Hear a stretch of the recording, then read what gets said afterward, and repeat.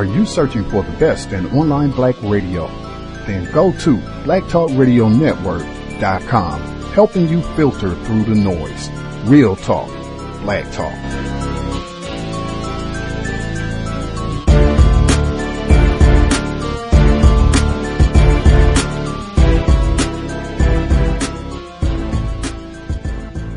The internet is full of half-truths and all-out lies. We've all seen them, and many people on social media complaining about it.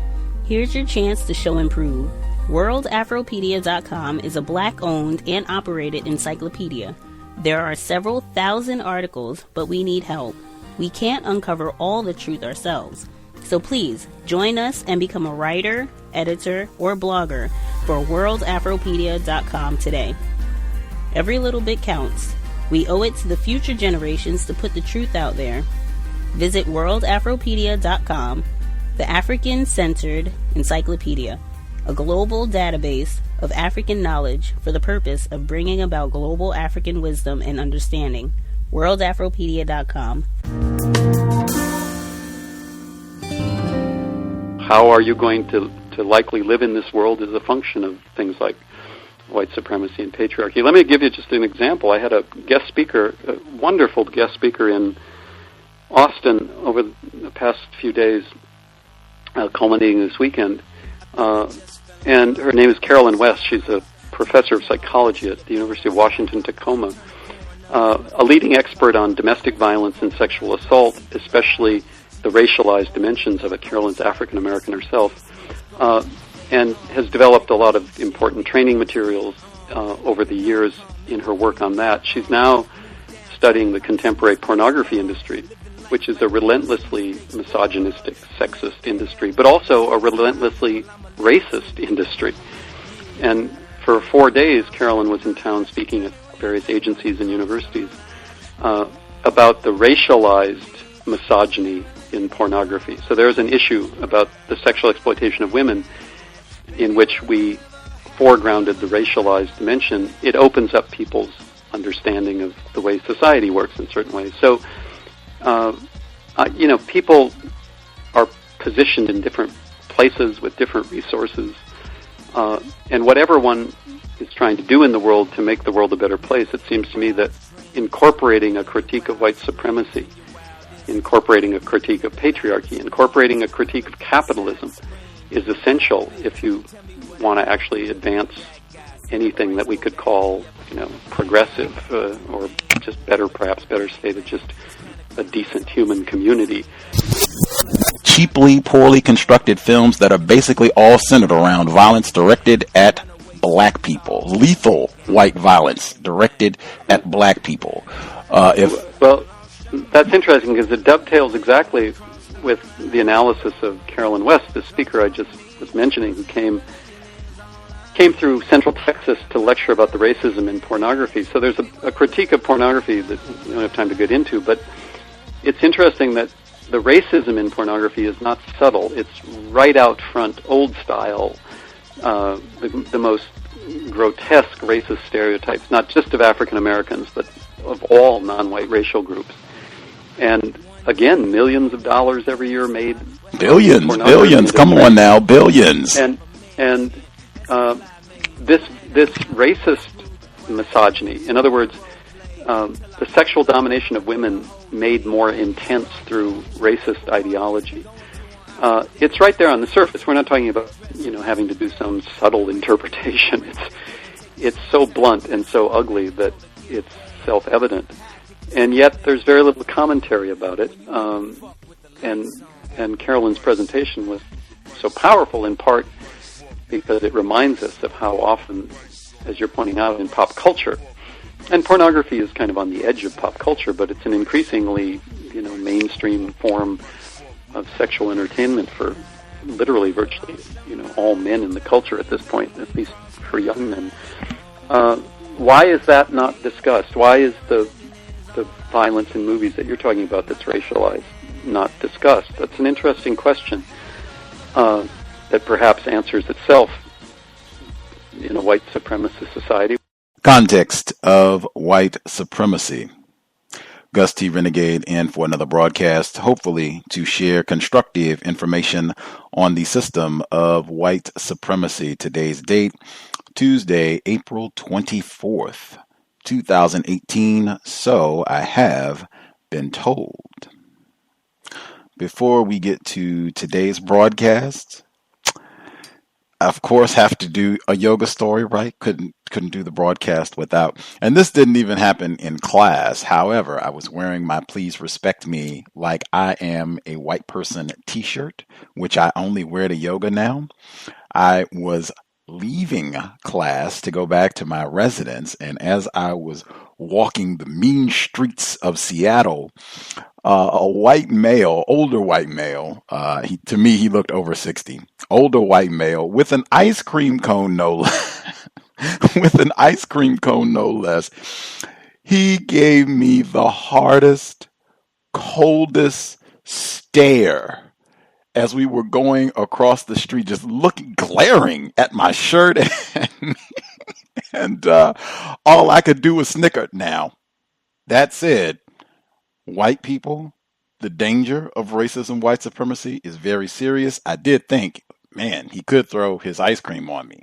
However, it's going to take quite a bit more than an older suspected racist with an ice cream cone walking the streets of Seattle to have me walking in fear. But that did happen with my shirt on yesterday. Wouldn't be springtime without ice cream cone and a suspected incident of racism. But that yoga story for the day. To today's broadcast, that was Dr. Robert Jensen that you heard the audio clip at the beginning. He was here last month.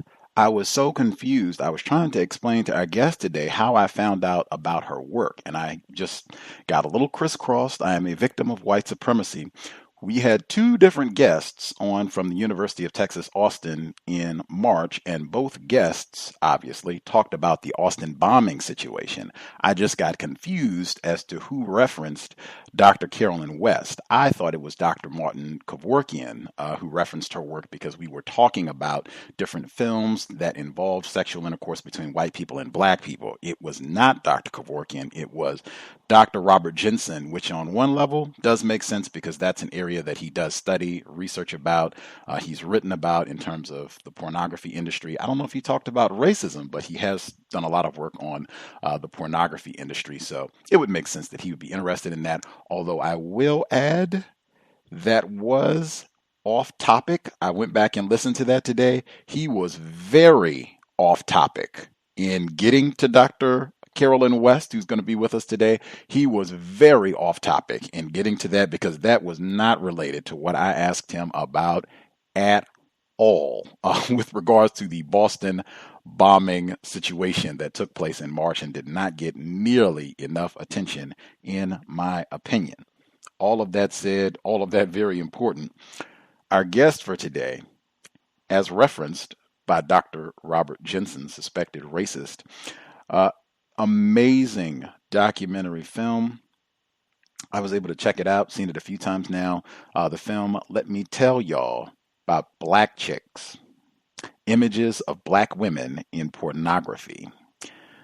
We here at the Gus T, I've been saying ever since I thought that this program was going to happen, one of folks' favorite areas of people activity. If we have any newer listeners who have not been with the cows for our 9 years on the air, or, half of that time if you're more recent and you don't understand some of the comments that are made or positions that are taken on the program when we talk about sexual intercourse, especially sex between white people, non-white people, might be an important program to help you get a better understanding of everyone's favorite area of people activity, sex.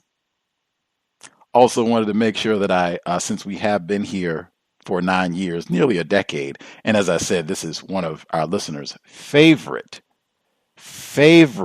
areas of people activity, some of the literature that you might want to lean on as we proceed through this. Some of this literature is even mentioned in the documentary. Folks that have been guests on the cows to help get a better understanding of what we're talking about. Richard Bernstein, The East, the West, and Sex, one of my favorite quotes all time in the history of the cows. The quote, it's actually one of the chapters of his book, The Whole World as the white man's brothel. He was here in 2009. Next, Pam, one of our favorites, The Interracial Con Game. Really important book. I think she would absolutely love to hear the program today. I'm going to make sure I send it to her. Danielle McGuire, At the Dark End of the Street, Black Women, Rape and Resistance, A New History of the Civil Rights Movement. She was here in 2011. Very important book. And I think I'm going to have to rearrange my top 10 to include the late Vincent Woodard's The Delectable Negro, Homoeroticism, and Human Consumption in U.S. Slave Culture. I think all four of those books would add a lot to what we're talking about today. And as I said, At the Dark End of the Street, that's referenced specifically in the documentary that we're going to talk about. So excited to have her as a guest on the program. She's right here in my part of the world, the Washington State area. Her teaching, she teaches a range of courses at the University of Washington, Tacoma related to violence and sexuality. She also investigates the long-term consequences of intimate partner violence and sexual assault, as well as the hypersexualization of young women in the media. So glad we could have her on the program, joining us live from the sunny Pacific Northwest. Our guest, Dr. Carolyn West. Dr. West, are you with us, ma'am? Thank you so much for having me. Thank you for sharing a bit of your Tuesday afternoon or evening now. I guess you could have been out frolicking and enjoying some of this great weather, but you are hanging out with us to talk about your spectacular work. We are so thankful. For, I guess, listeners, I'm sure this might be some folks their first time hearing from you. Anything that you think would be helpful for folks to know about who you are, the work that you do? Well, I'm a clinical psychologist by training, and I have been at the University of Washington for about 20 years now. The founding faculty member of the psychology department here at the University of Washington in Tacoma. And I've been a sex educator for about 30 years. Founding member of the psych department there. Very impressive. For listeners who have not seen a photo of you, you are a black female, is that correct? Yes, okay. All day long. Yes, ma'am. Yes, ma'am. We on this program, we start every broadcast definitions of racism specifically. I use the term racism and the term white supremacy. I use them as synonyms, and I use the same definition for both terms.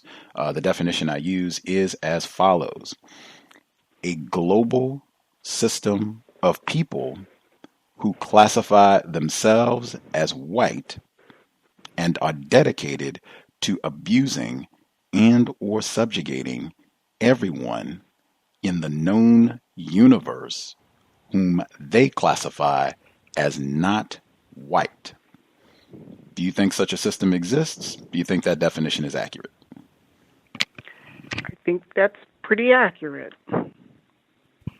And it is systemic, and it is structural, and that's the thing that I try to help my students understand. I teach a course on the psychology of black women. I think we tend to focus on individual acts of racism, and then the structural and institutional racism is then invisible. And that is damaging in far more adverse ways than people realize. Absolutely. You said you teach a course, what was it, on the psychology of black women? The Psychology of Black Women. I developed that course when I was in graduate school many years ago. I won't say how many. But and I've been teaching it off and on for about 30 years. So that's one of my more popular courses, as well as a course on sexual violence that I teach. Wow. I would certainly think the sexual violence course would be popular. I guess for our listeners who might not get a chance to take such a great course, kind of what does some of that course entail, and maybe even what some of the reading material that we can, do some personal reading? We read a lot of bell hooks. We read a lot of Patricia Hill Collins, Melissa Harris Perry. I'm pretty fond of her work. And it is from a black feminist perspective. So we talk about history.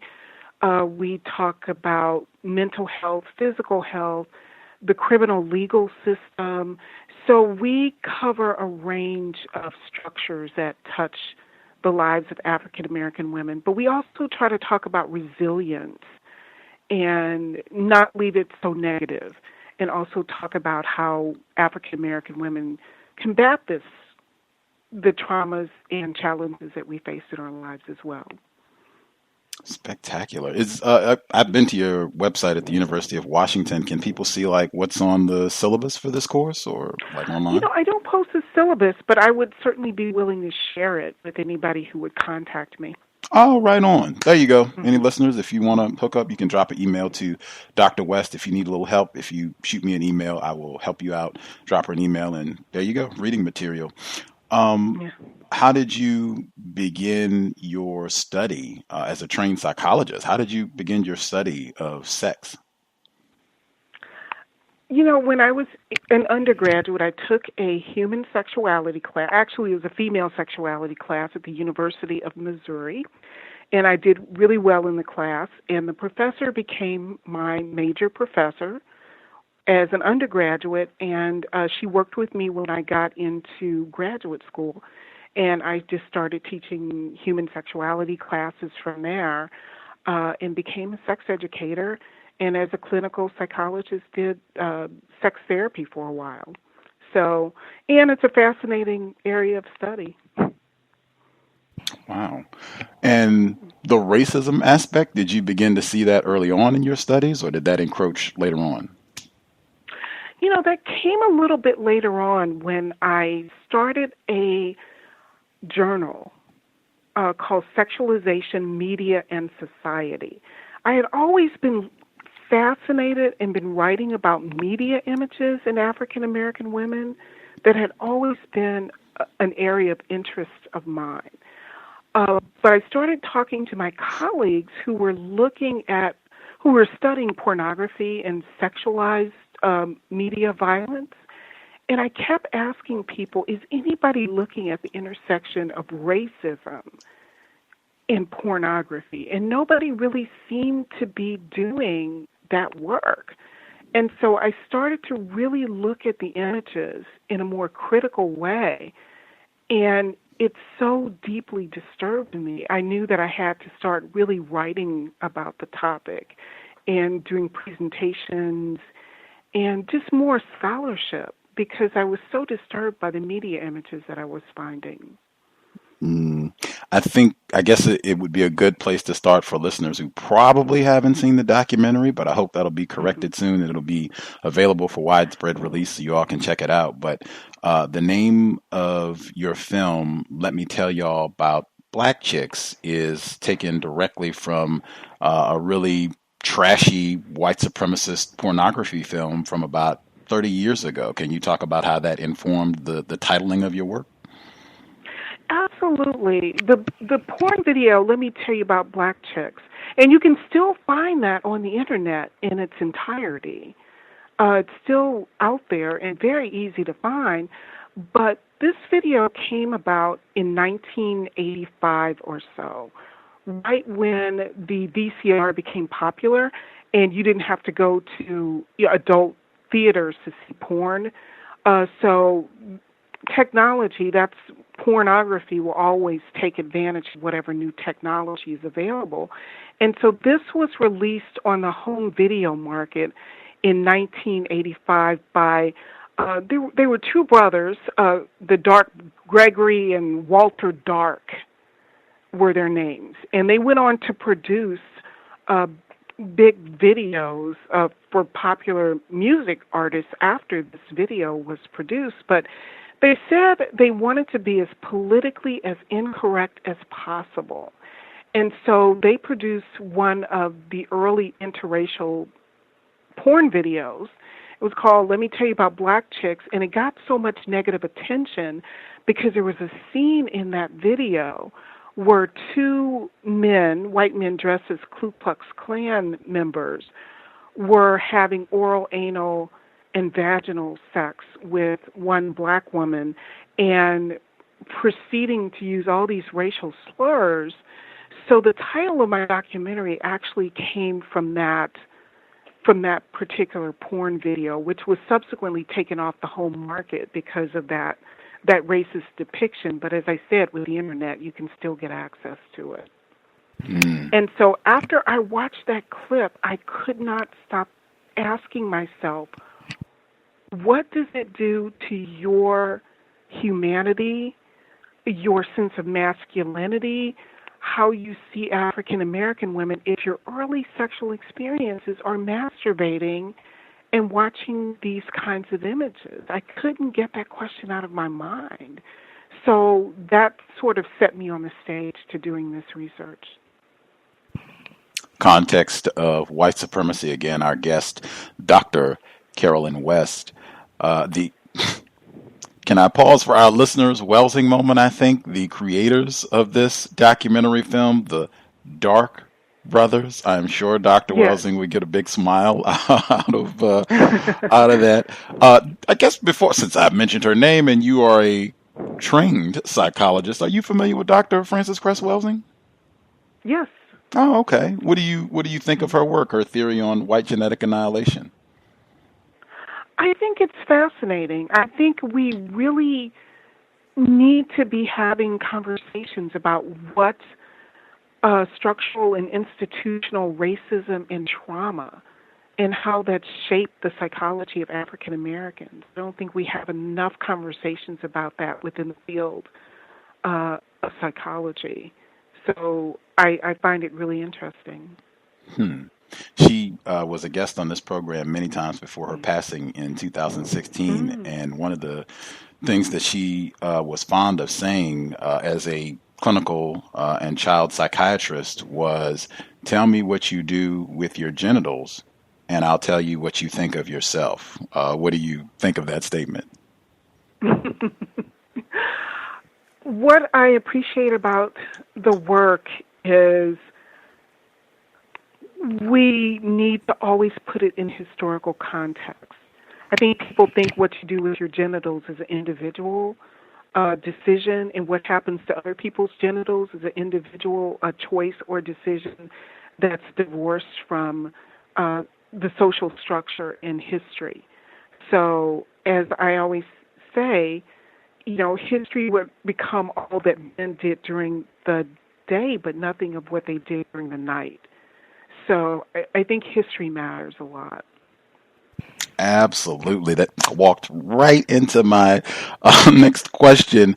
I think you do such an extraordinary job. I have a real appreciation for people who provide historical context so that we can understand things did not just happen to end up this way on April 24th, 2018, that there was a lot of deliberate effort to get things to be the way that they are and how you have these things develop. And the same thing with racism, white supremacy, and the pornography industry, that it didn't just start with, let me tell you about Black Chics in 1985, even though that is important historical context, that we can go significantly further back. And again, if I could name drop a book that probably is going to be in my top 10 as soon as I can sit down to rework things, the late Vincent Woodard, The Delectable Negro, Homoeroticism and Human Consumption in U.S. Slave Culture. Oh, man. That would be one historical context. I think we both have an appreciation for the late Dr. Maya Angelou.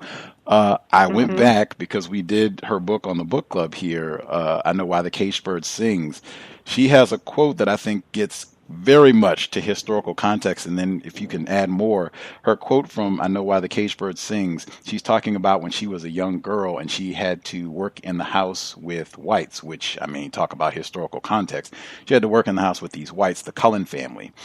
So she writes, Mr. Cullen had 2 daughters by a colored lady, and that I knew them very well. He added that the girls were the spitting image of their father. I was unable to remember what he looked like, although I had just left him a few hours before. But I thought of the Coleman girls. They were very light-skinned and certainly didn't look very much like their mother. No one ever mentioned Coleman. My pity for Mrs. Cullinan preceded me the next morning like the Cheshire Cat's smile. Those girls who could have been her daughters were beautiful. They didn't have to straighten their hair, even while they were caught in the ring. Their braids still hung down straight like tamed snakes. Their mouths were pouty little Cupid's bows. Mrs. Cullinan didn't know what she missed, or maybe she did. Poor Mrs. Cullinan. Dr. Maya Angelou, I think, in a very tongue-in-cheek, G-rated manner, getting exactly at the historical context of a film like Let Me Tell Y'all About Black Chicks. Can you add, Dr. West? I can, because I think in a number of ways. I think a lot of what we see in pornography really comes out of the history of black women struggling to have any ownership of their sexuality. The black woman in the story that you just mentioned with Maya Angelou, she didn't have control because African American women were routinely raped not only throughout history, but also in the households when they worked as domestics. So what we're seeing, I think, in contemporary pornography just kind of reinforces this message that, you know, black women don't have ownership of their sexuality, can't control or haven't historically been able to control what has happened to them. And you also see that hierarchy of beauty that Maya Angelou referred to in pornography, where lighter-skinned black women are seen as more beautiful, more attractive, more desirable, even though they're seen as biracial and sort of tainted in some way because they're mixed with white blood. But then darker-skinned black women are seen as even less attractive and undesirable. So all of those things converge in pornography in some really interesting, very depressing ways that I found in my research. Context of white supremacy, absolutely. And I think most of the tropes you talk about in the documentary film, you talk about Saartjie Baartman and the long history of kind of displaying black sexuality as deviant, beastly, animalistic. You talk about that, the images of black people, black females specifically having sexual intercourse with apes and gorillas on the continent. Like, you see the transition over, we're talking centuries of these types of projections of racist images of black females specifically, and you see many of these same tropes, these same ideas throughout the porn industry, even beyond the porn industry, just in the way that black females are sexualized. I'm reminded of one of Quentin Tarantino's films where he has a black female named Jungle Julia, where they spend a lot of the film doing crotch shots and just right on her rear end. But I mean, that's her name, is Jungle Julia. I mean, same thing that you talked about in the film. Did you want to add to that? I do, because my point is that none of this, as you said earlier, none of this just came out of nowhere. I think it's easy to sort of focus on pornography is the extreme end of that. But these ideals about who and what African American, both men and women, are, it permeates society. It's not just limited to pornography. And so I think that is critical, a critical point that I try to make. I think that pornography just makes it more overt because we're less willing to critique pornography. We will critique other areas of the media, mainstream music videos, the fashion industry, mainstream movies, but people seem somehow reluctant to critique and turn that lens toward pornography. And I just find that very interesting, why that may be. I I think it's one of the few times, particularly if we're talking pornography and looking at the racial aspect of it.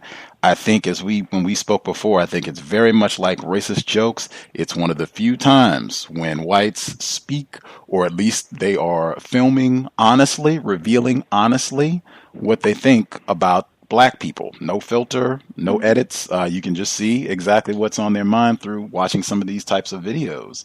And talking about both the long-term consistency in terms of these ideas and the projection, racist white supremacist culture really being projected and articulated in these deviant sexual acts.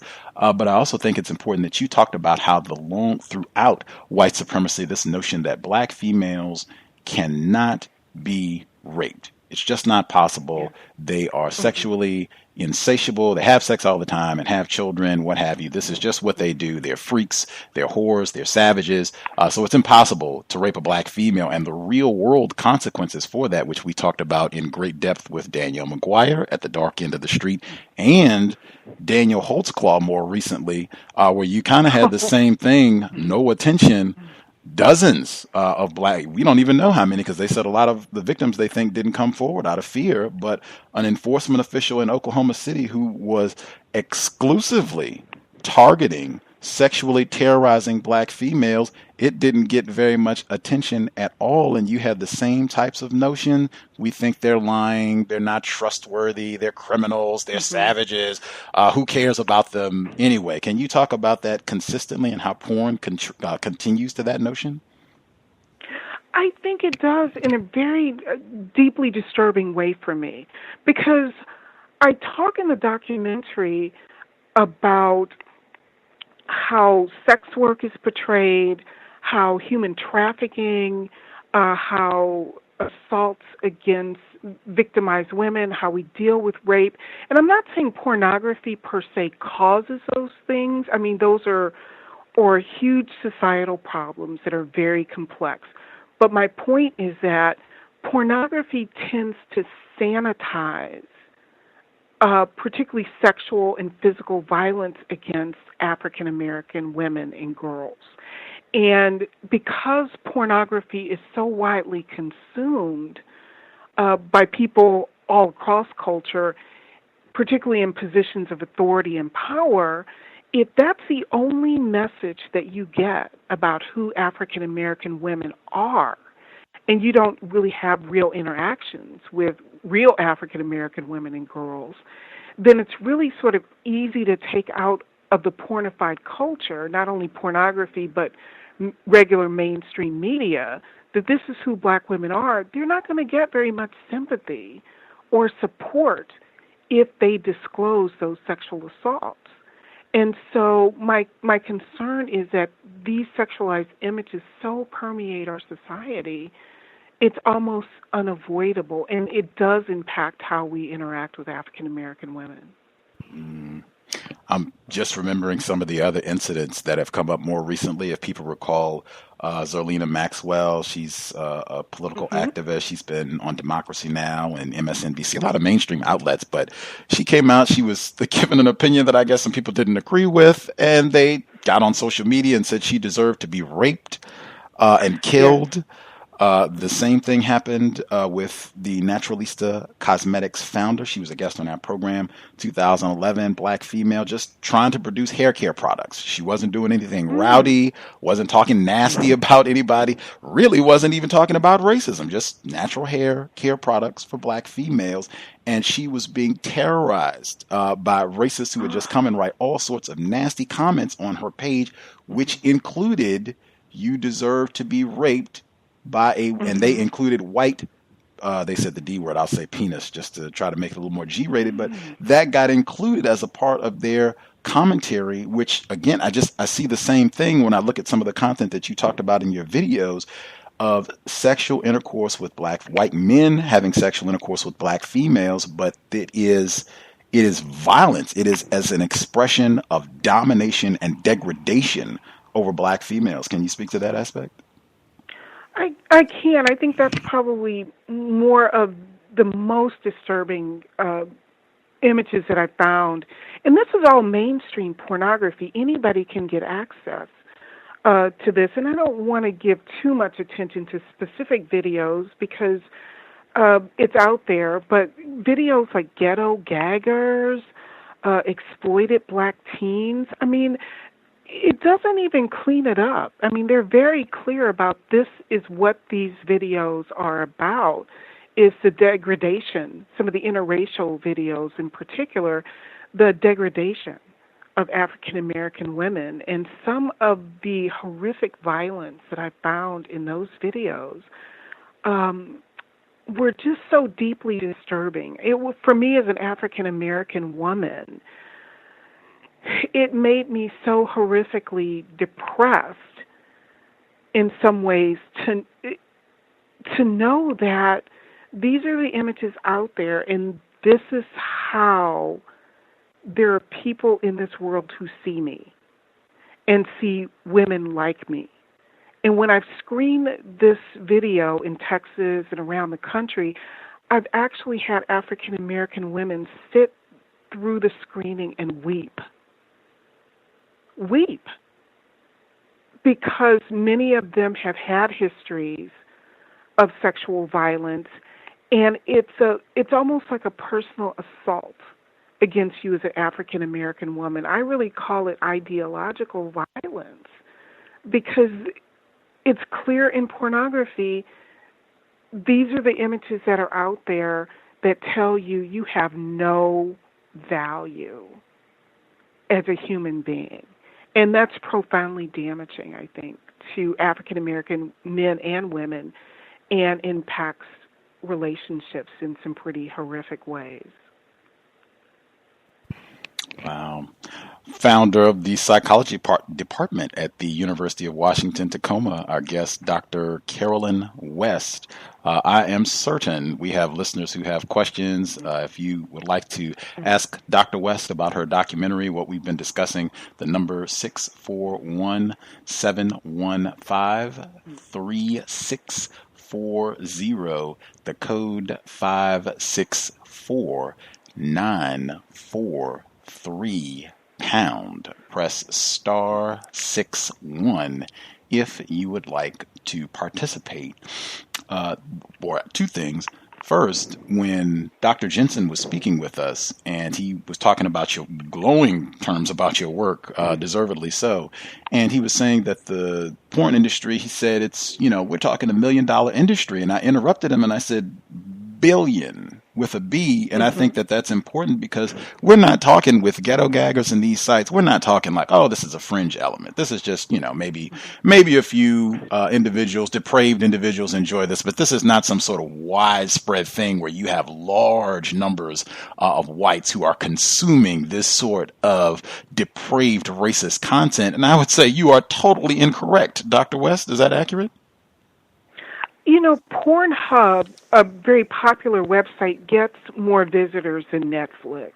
Wow. So there's no question that the porn industry is huge, and it's not going to go away anytime soon. So I make the point that my job is not to police people's sexuality or morality or anything like that. My role in this is to critique these images as I would media images in any other aspect of the culture, and to ask people, where do these images come from and what is the cost of consuming them? I also make it clear that my goal is not to shame people or to shame people in the sex industry. I think sometimes people hear the work that I'm doing and think of it as a critique of people who work in this industry. I think I can be critical of sweatshops without being critical of the people who feel like they have to work in sweatshops. So I think I just try to clarify that for people so that they understand why I do the work that I do. I appreciate that. The second point that I thought was just so important when you talked about people seeing some of these images in your film, maybe for the first time, and particularly black females seeing this and weeping, knowing that this is how people think of me. And then I think one of the most important aspects of the film is that you talk about how this translates to black girls, black children, and you talk about how so much of the pornography content, it's trying to give you the impression that these are very young girls. They just turned 18. They're innocent. They have them in the pigtails and the kind of schoolgirl outfits to do everything that they can to give you those cues that, yes, you're watching, really, really young black girls, and what that means for sexual exploitation of children, which, again, if I could just do my historical context, when we talk about enslavement and rape of black people, males and female during enslavement, we're talking a lot to a large degree about child rape. And I always go right to the top of the list with Thomas Jefferson when they talk all that nonsense about this was a romance between Thomas Jefferson and Sally Hemings. Make sure you start with this was pedophilia before we get to romance, because she was a very young teen when all of this started. But can you talk about how this impacts black girls, black children? I do, because my concern is I work with victims of sex trafficking, and African American girls, even though we hear on media accounts, usually when they talk about sex trafficking, we tend to mobilize around these issues when it's young white girls who are victimized, and not to minimize that by any stretch of the imagination, but the reality is that black girls, Native American girls, and girls of color are disproportionately represented among victims of domestic minor sex trafficking. And the pornography industry fuels that, and it also normalizes it, and it also sexualizes these young girls to the point where this seems quite acceptable. And then when they seek help, we've already stigmatized them and stereotyped them as not victims, so they don't get the help that they need. So I think, again, not saying that porn causes this, but it doesn't make the problem better. You also, with regards to children specifically, you also talk about how, because of all the new technology, you said that pornography, the industry, they will take advantage of all the advances and what have you. So now you can stream all of this content on your phone or mobile device or whatever you got. And you said because of the ease of accessibility, schools are not safe places for young black girls. Can you talk about that? Yeah, I mean, there's clearly, when we talk about the school to prison pipeline, we oftentimes talk about young black men, and justifiably so, but girls are being victimized in schools, and then when they resist or they fight back, then they're kicked out of the school system, and sexual violence against them in the school system is not taken very seriously. Kids are also watching pornography on their cell phones and getting easy access to that, and that is sometimes happening in academic environments. So we can't minimize the impact that pornography, the easy access to pornography, that it has on children, especially in academic environments. Wow, and you talked about that a lot in the film, that because of that easy access, you have a lot, much easier than maybe 50 years ago, that you have a lot of younger folks. That is education. That is their sex ed 101 is whatever porn content that they've looked at on their phone or on their computer or what have you, maybe even at school for the day or for the week. And even with the school content, I don't know if you're familiar, it's a young adult book. It's been on the New York Times young adult bestseller list for over a year. Angie Thomas's The Hate You Give. She's a black female. Are you familiar with that book? I have not read it. I've heard of it. Okay. It's marketed or promoted. They're making a film out of it. It came out last year. They're marketing it as kind of the Black Lives Matter book. It centers around a black male who's shot and killed by the police, and his best friend is a black female. She's witness to this, and so dealing with that, and her going to a predominantly white school, and how she, as the code switch, as they say, between these two environments and deals with this shooting. We will finish it this coming Friday on our book club. As we have been reading it, I've been saying that, to me, the main part of the story is not this police shooting, but the main part of the story is the interracial relationship between the main character who's a black female and this white male that she goes to school with. And I've been saying that this is softcore porn. This is just like two quick lines that this is a scene that's maybe a few chapters after the police have killed this black female's male friend. But the book, it says, fooling around isn't new for us, Chris and Star, white male, black female. Chris slipped his hand in my shorts. I didn't think anything of it. Then he got me going, and I really wasn't thinking at all. For real, my thought process went out the door, and right as I was at that moment, he stopped, reached into his pocket, and pulled out a condom. He raised his eyebrows at me, silently asking for an invitation to go all the way. Now, again, this is on the New York Times Young Adult Bestseller list, has been there for over a year, spent 36 weeks as the #1 bestseller. But in my opinion, a lot of this plays into a lot of the same tropes that we've been discussing. Do you have any thoughts, even though I know you haven't read the book in its entirety or what have you? I think that this is so complicated. And I think that what this means to me, several things sort of jump out as you talk about this. I think that young black women need to have our own Me Too movement where we talk about sexual coercion and sexual violence regardless of who the perpetrators are. We need to be having those conversations about sexual violence in our community and widely. And the other point that sort of jumps out to me as well, just from that passage, is that we need to be doing a better job with sex education in our community so that young people have medically accurate sex education so that they can make the best decisions for themselves and for their bodies and their future. And that's true for both young men and women. So not having read the book, I can't really comment on that, but I guess my point is that that's when kids experiment, when they don't have places where they can talk about those issues in a safe, supportive environment. Hmm. What's your thought on, there's been such a tremendous amount of racist comment that there's something sexually dangerous and deviant about black people. Harriet Washington in Medical Apartheid, she talks about notoriously syphilis-soaked race. That was the big thing at the beginning of the 20th century, and then later on, and even now to some degree, AIDS, and saying same thing, black people are so insatiable and reckless that, they just have sex and spread AIDS everywhere.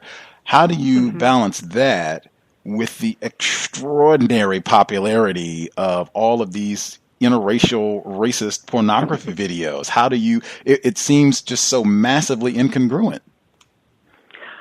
Right, and I think it's almost like a bit of history. It's almost like they try to take a kernel of truth out of it and then twist it in some kind of bizarre way.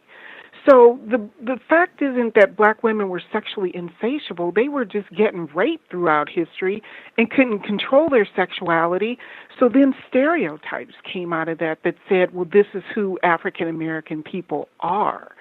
And then we almost, because we're so immersed in those images, almost take them on as normal and then act them out. So it's like a very strange feedback loop that is very difficult to sort of extricate yourself from.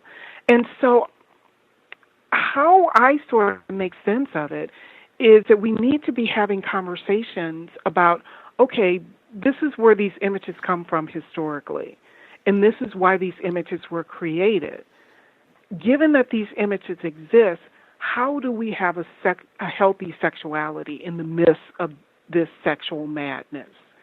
How do we take ownership of our sexuality, make decisions that work best for us, but not to be ashamed and to celebrate our sexuality in ways that are healthy and relationships that are self-fulfilling? How do you create something that's going to work for you, that's not negative, that's apart from these stereotypes? And I don't have the answer to that, but that's a question that I wanting a conversation that at least that I want to have with people. Context of White Supremacy. Before I nab a caller, we've talked consistently about the role of white women in supporting the system of white supremacy. I the percentage 52% of the children that are involved and arrested in the child sex trafficking industry are African American children. That was one of the statistics from the documentary that I saw, Dr. West documentary. That 52 also reminded me 52% of white women voters supporting Donald Trump. How have your white feminist colleagues responded to your pleas that they address what you've seen in the porn industry with regards to the treatment of black females? That's a really good question. I'm finding that in some ways nobody wants to have this conversation with me. I really see myself as a black feminist scholar, and I'm very clear about that. And I look at intersectionality because I think that African American women and men, we occupy this intersectional identity. But in some cases, some feminist scholars feel that I'm shaming sex workers or I'm being anti-pornography or anti-sex. So it's a conversation that they're not super excited to have. And I've actually found some African American scholars have not been really wanting to have that conversation either because the images are just so distressing. So it's been an odd time in my academic life right now. So there are certainly, but to answer your question, I think some feminist scholars, some white feminist scholars do want to have the conversation, but they're not exactly sure how to have that. They're sometimes very fearful of talking about racial issues in pornography for fear of how they may sound or saying the wrong thing. So it's been interesting. Wow, that sounds so familiar. I remember some of those same excuses when we were asking folks why there was no attention for Daniel Holtzclaw, now a convicted serial rapist, why there was no attention and why weren't white feminists speaking up and being vocal, talking about this issue. And we heard, some similar excuses. Yeah, and our folks who dialed in with a question. Let's see, person who dialed in last four digits 5136. Did you have a question for Dr. West? You should be with us.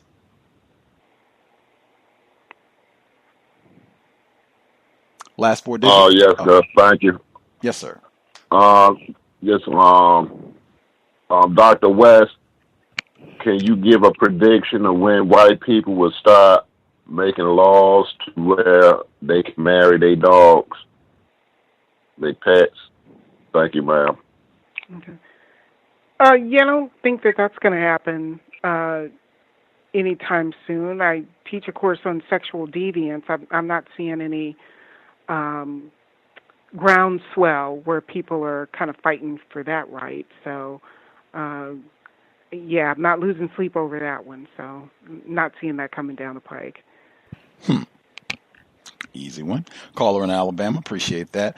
Before I hit our next call, I'm just remembering I watched Manhunt about the Unabomber, Ted Kaczynski, for counter-racist reasons, but there's a point that reminded me of your film today, Dr. West. I had such a laugh. The Unabomber, Ted Kaczynski now, and he's out in Montana, no black people around, out in his little cabin making bombs. But there's a point in the film where he's talking, and he says, I don't understand what all this focus is on a woman's backside, unless it's a Negro woman. And that's what he says in the movie, unless it's a Negro woman. Dr. West was just talking about that in her film, all this attention and focus on black females' bottom. The person, I think this is Thomas in New York. Thomas in New York, did you have a question for Dr. Carolyn West? Yes, I do. Good evening, Gus. Greetings. Good evening. Good evening, Dr. West. Yes, I have a few questions. And this is a great topic.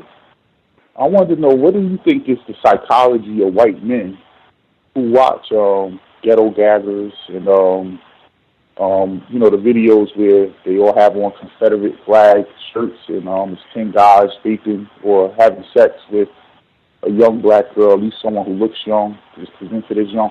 What is the psychology of those white men, and what are the psychology of the black men who find that entertaining?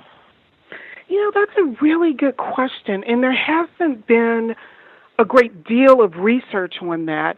The only thing that seems to fit is that it's so normalized, and the degradation of degrading another human being seems to be part of the sexual arousal. And I'm finding, too, with pornography, nobody wants to see mainstream vanilla pornography.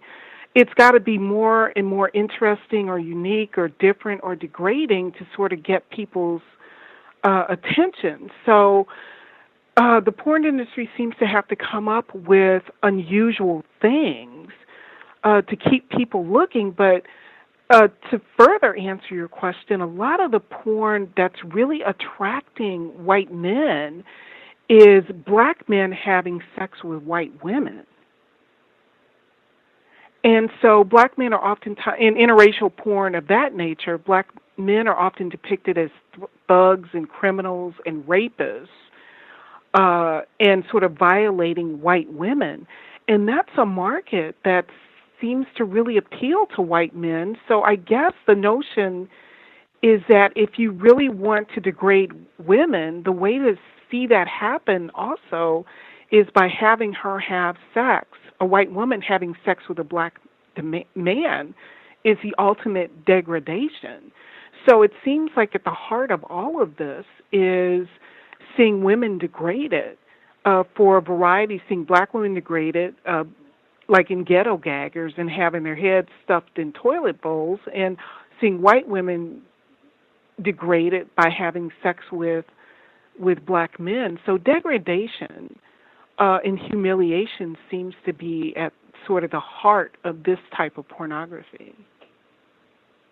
Yeah, I totally agree. I noticed, I think I based the psychology of white men who watch we ghetto got a gaggers. whole lot of really excited people for favorite topics, so we got to do just questions. Just questions. Oh, okay. I've noticed also that amongst black women, they like to watch a lot of black men having sex with black men and being punished. What do you think is the psychology factors behind that? I think because there's like a stigma, there's a taboo attached to it, and people are always looking for something new and different.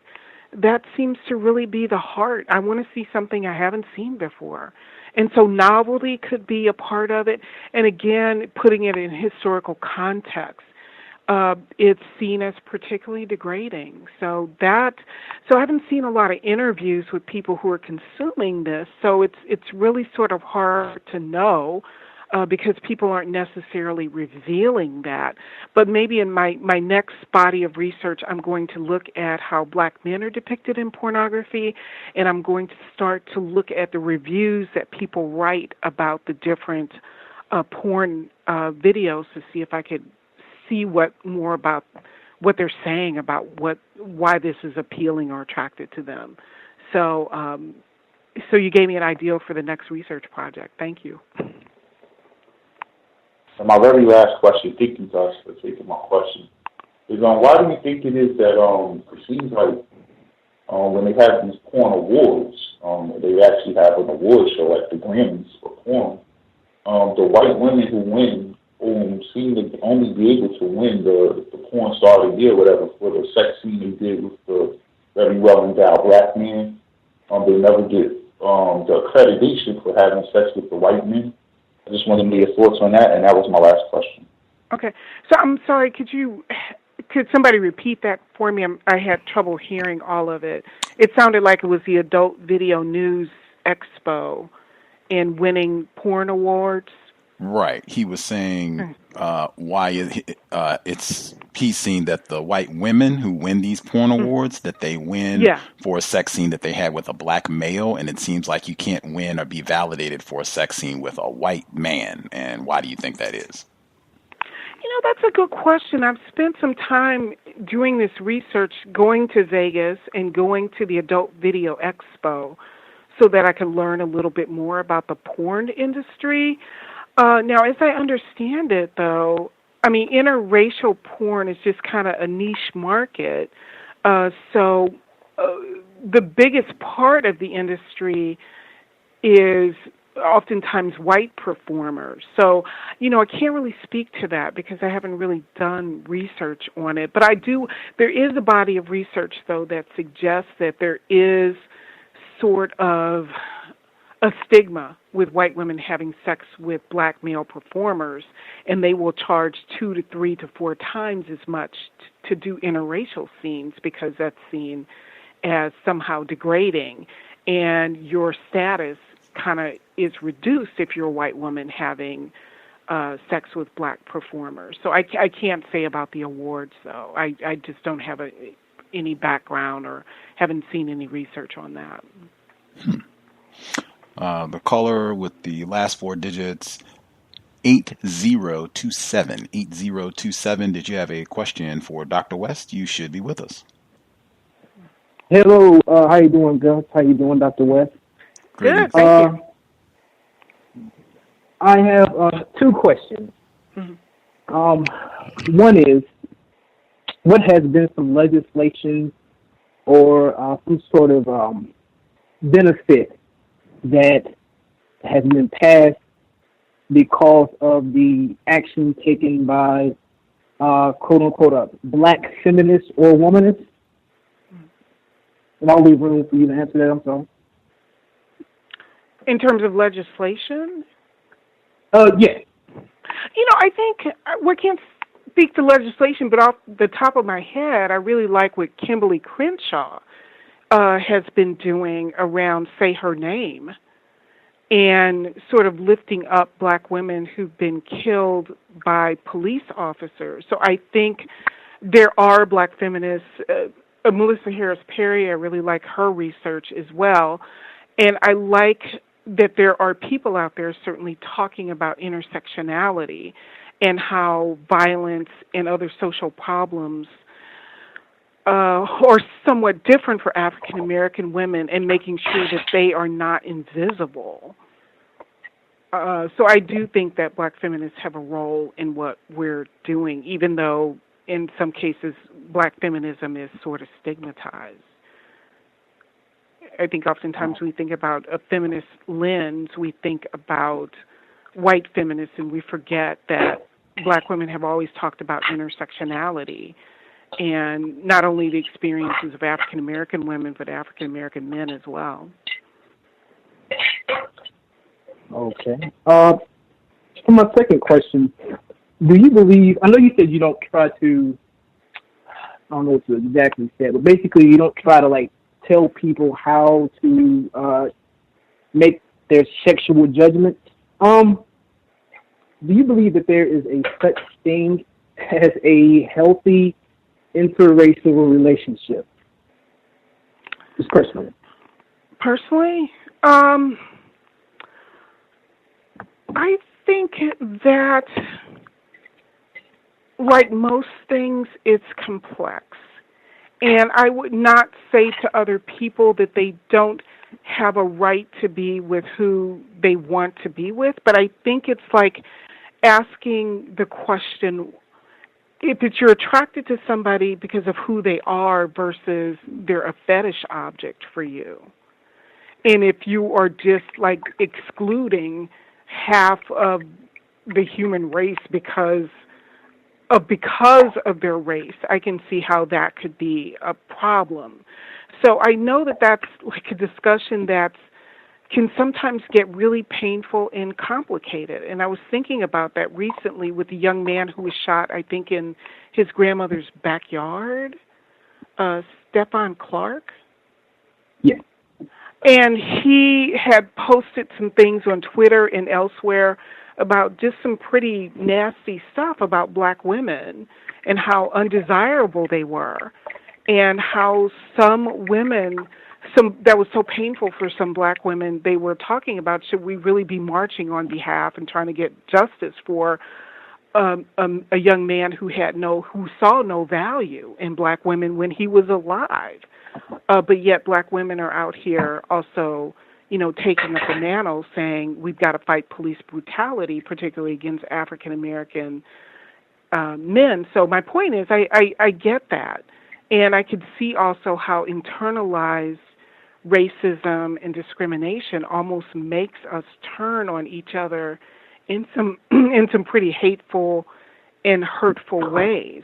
That said, I think that there are people who can have healthy, happy interracial relationships.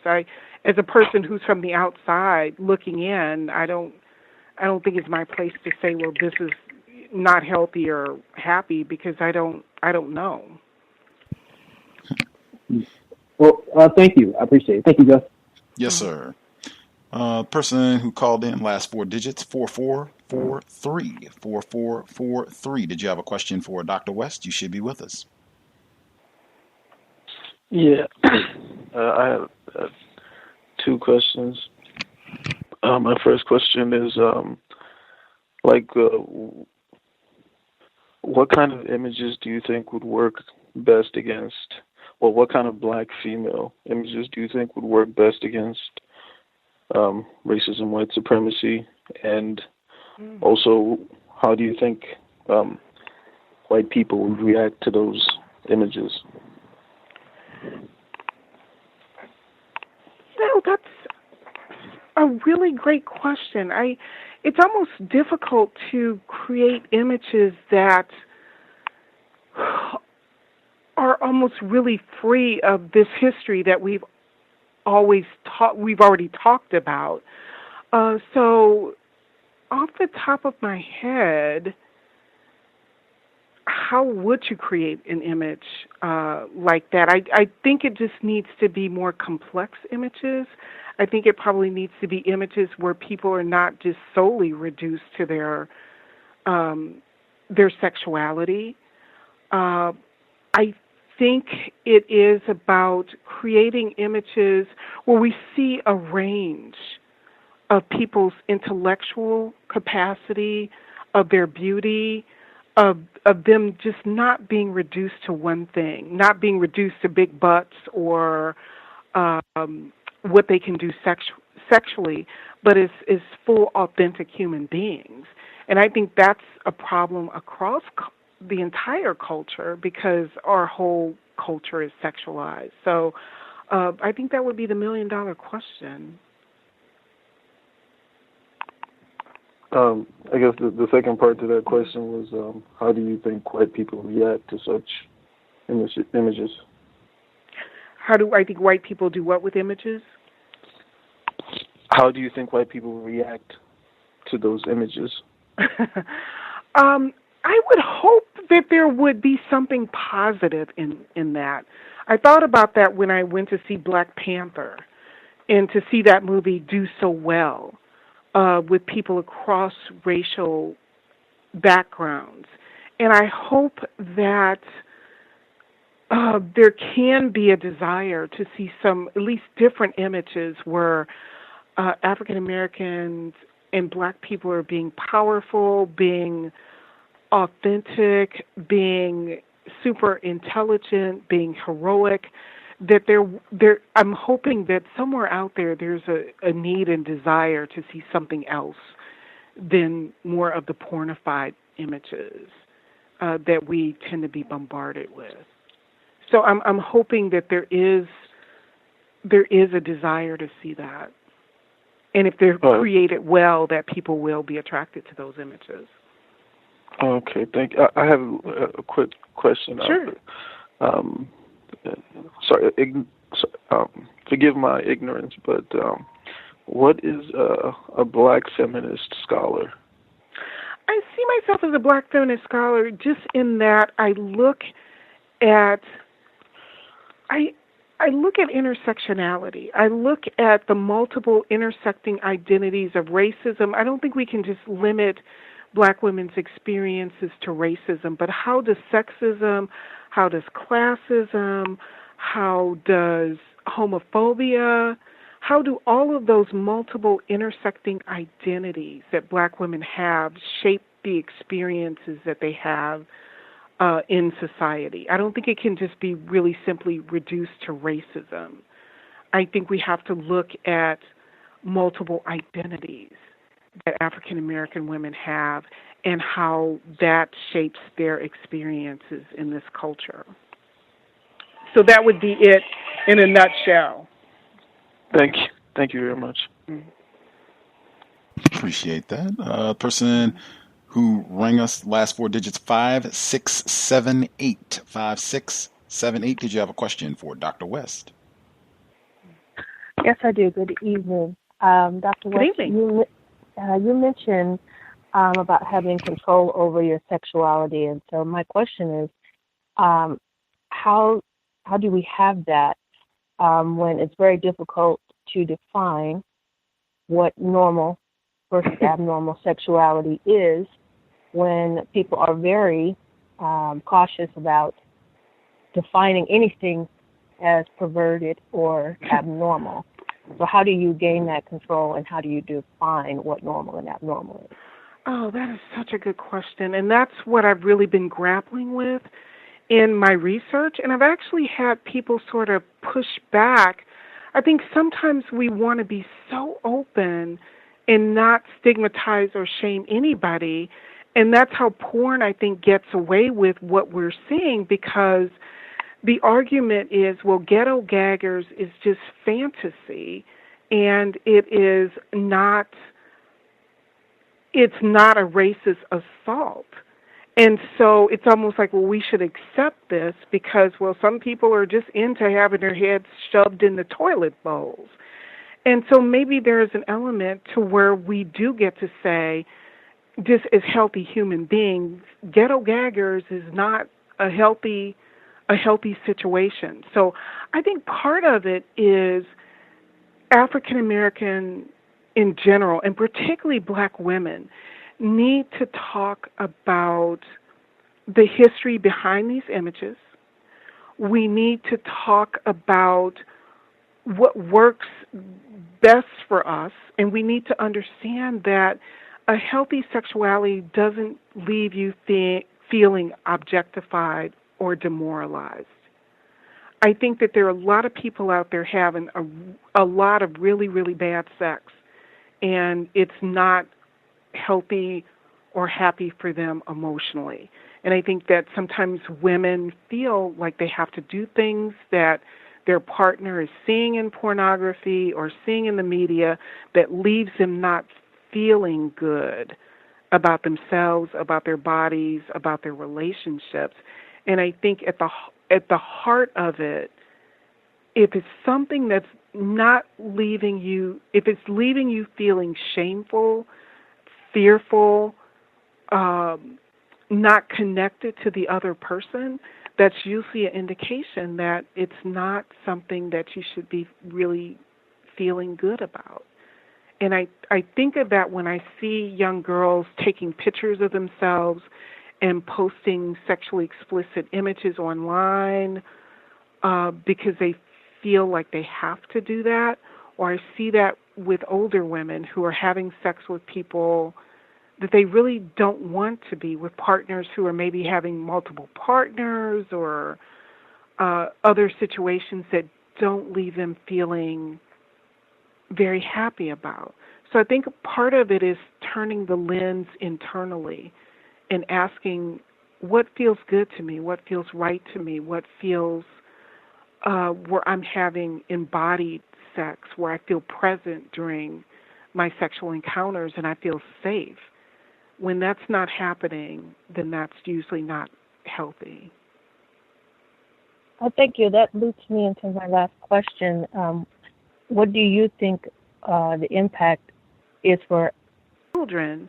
That sets people on a really difficult life path where they're drinking or they're using drugs to self-medicate or they're not being able to have healthy relationships because of that sexual trauma that goes untreated, I think it's just devastating. It's leading to high rates of eating disorders. I love the book by Roxane Gay, Hunger, where she talks about how she developed her eating disorder and weight problems that stem from a sexual assault when she was a teenager.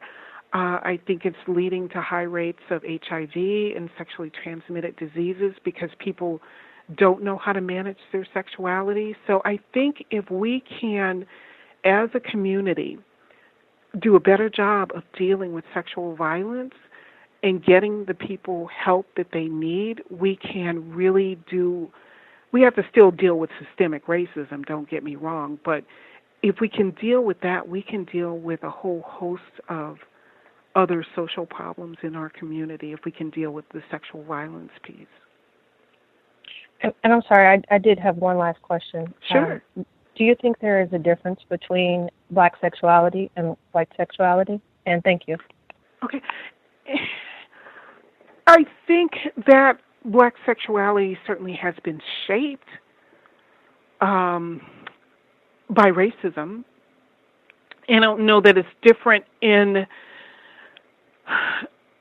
any not in terms of like biologically, but I think that our sexual relationships have been made more complex because of beauty images and how we see ourselves as sexual beings and being dehumanized and not being seen as equal.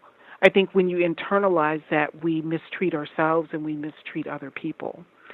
And that's why it keeps going back to me for, again, what does it mean to be having a healthy sexuality and tackling history and tackling pornography and tackling sexualized images and tackling what we're told about ourselves to create a healthy sexuality. So I think it's probably much more complicated in that way.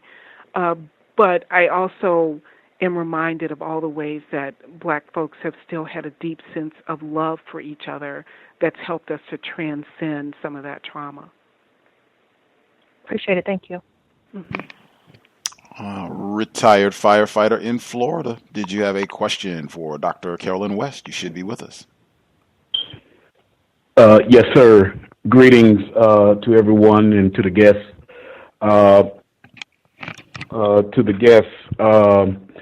The first question is, there is a person who has been making the news internationally all over the world that happens to be something that is called a porn star.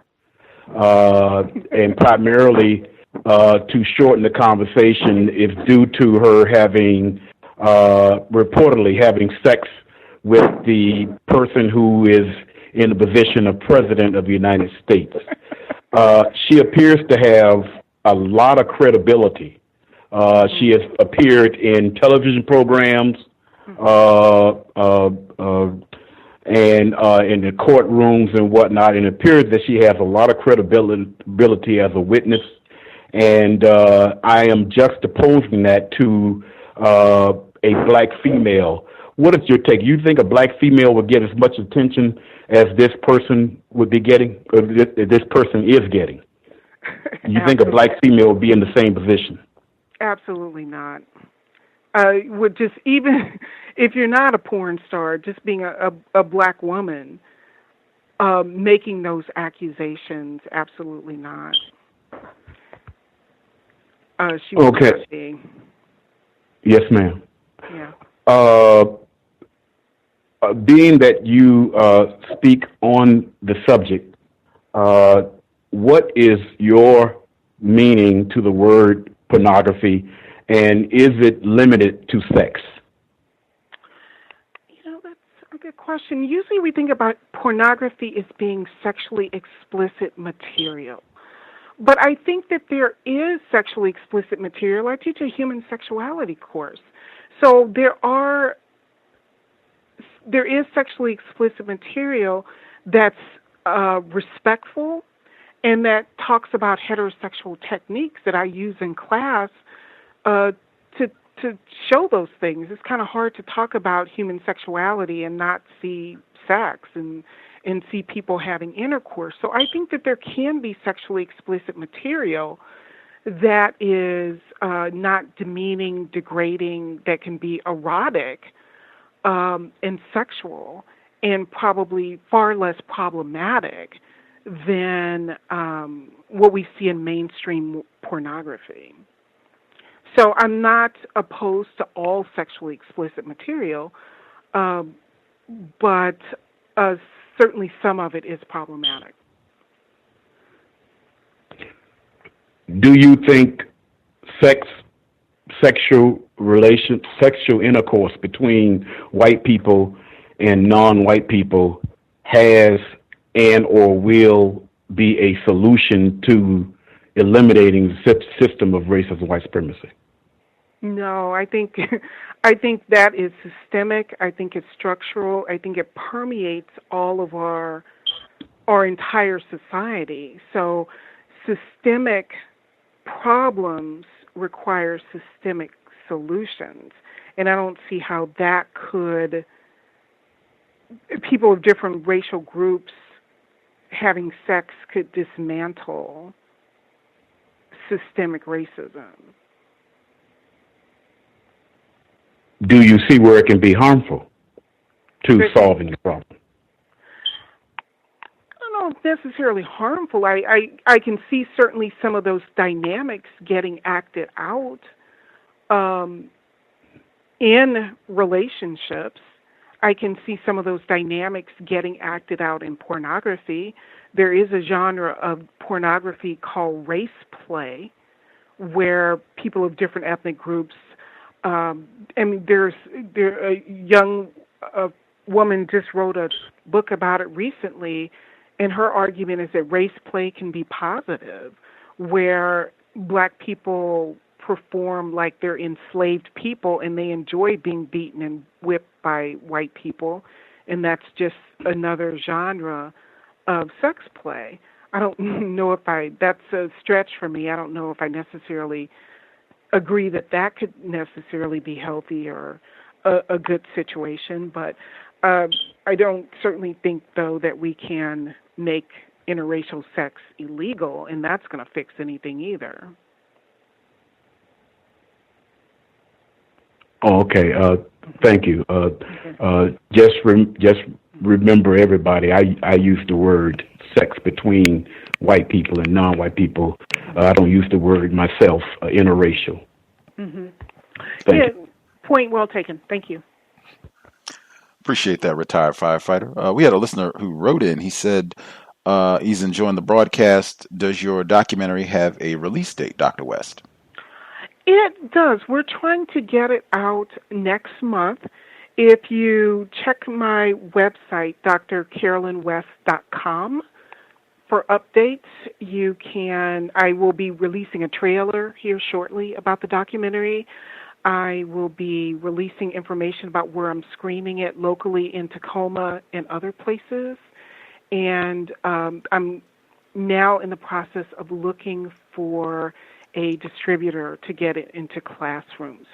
But otherwise, I'll just release it on Vimeo and have people watch it that way. So we're still kind of going back and forth with the release date. But I will be sharing things through my website about the documentary and the final release date. So I'm looking forward to sharing that with people. It's traumatic and deeply disturbing, but I think it will help us to have some conversations that we need to be having. Spectacular. I'm tweeting your website right now, drcarolynwest.com, so people can stay updated and get information. We do have COWS listeners in the Seattle area who would probably be willing to trek to Tacoma. Where are you going to be doing a screening sometime in the next month or so? We'll be doing a screening at the University of Washington here in Tacoma, downtown Tacoma. Oh, okay. Do you have a date for it? We have a date on the 16th of May around 12 noon, and I'll be posting that on my website. And we'll also be doing a screening on the 22nd of May at 6 p.m.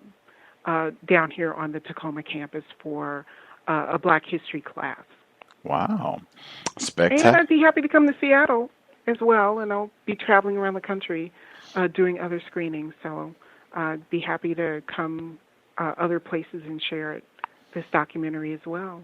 Awesome. I'm down to take a field trip. I have friends in Tacoma, so that's not too far to travel.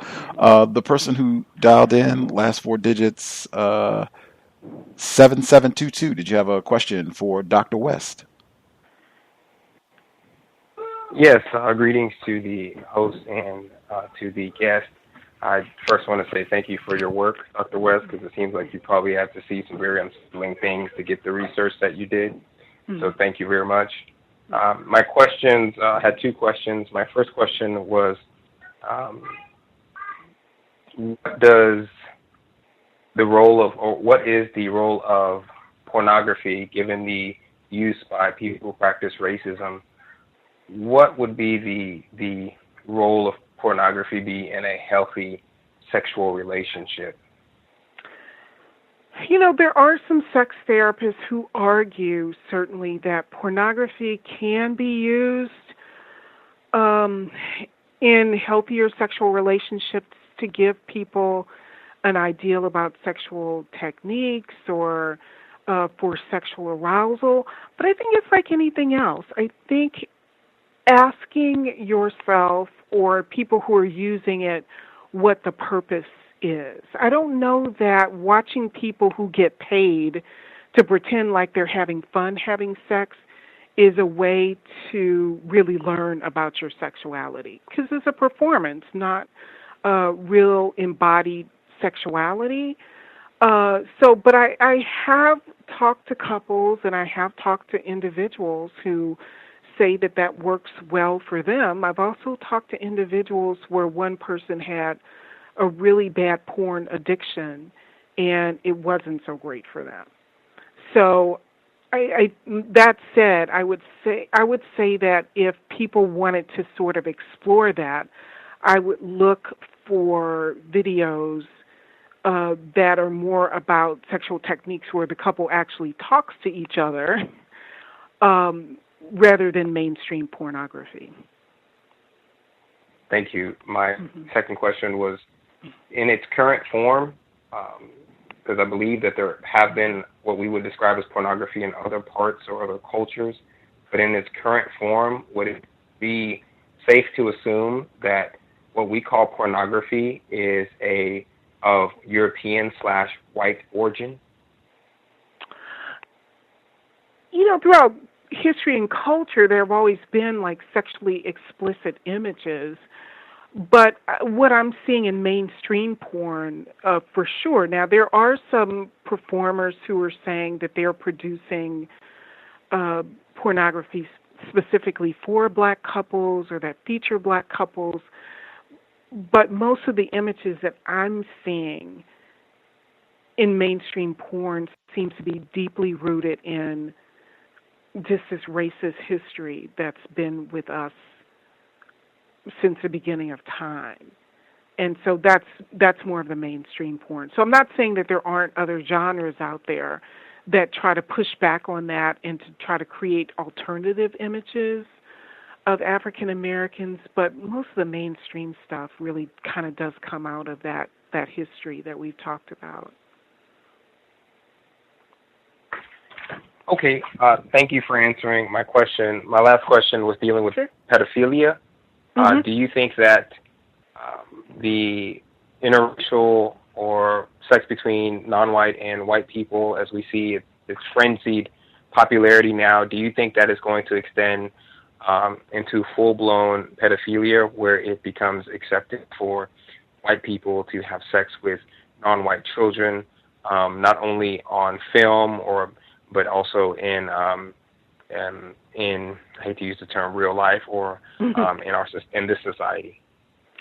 Well, of course, child pornography is illegal, but as I said, I don't think that throughout the culture is certainly sort of frowned upon, But there is a genre of pornography that involves performers who are minors and who are underage, and that certainly is happening where it's being filmed, and you can still get easy access to child pornography.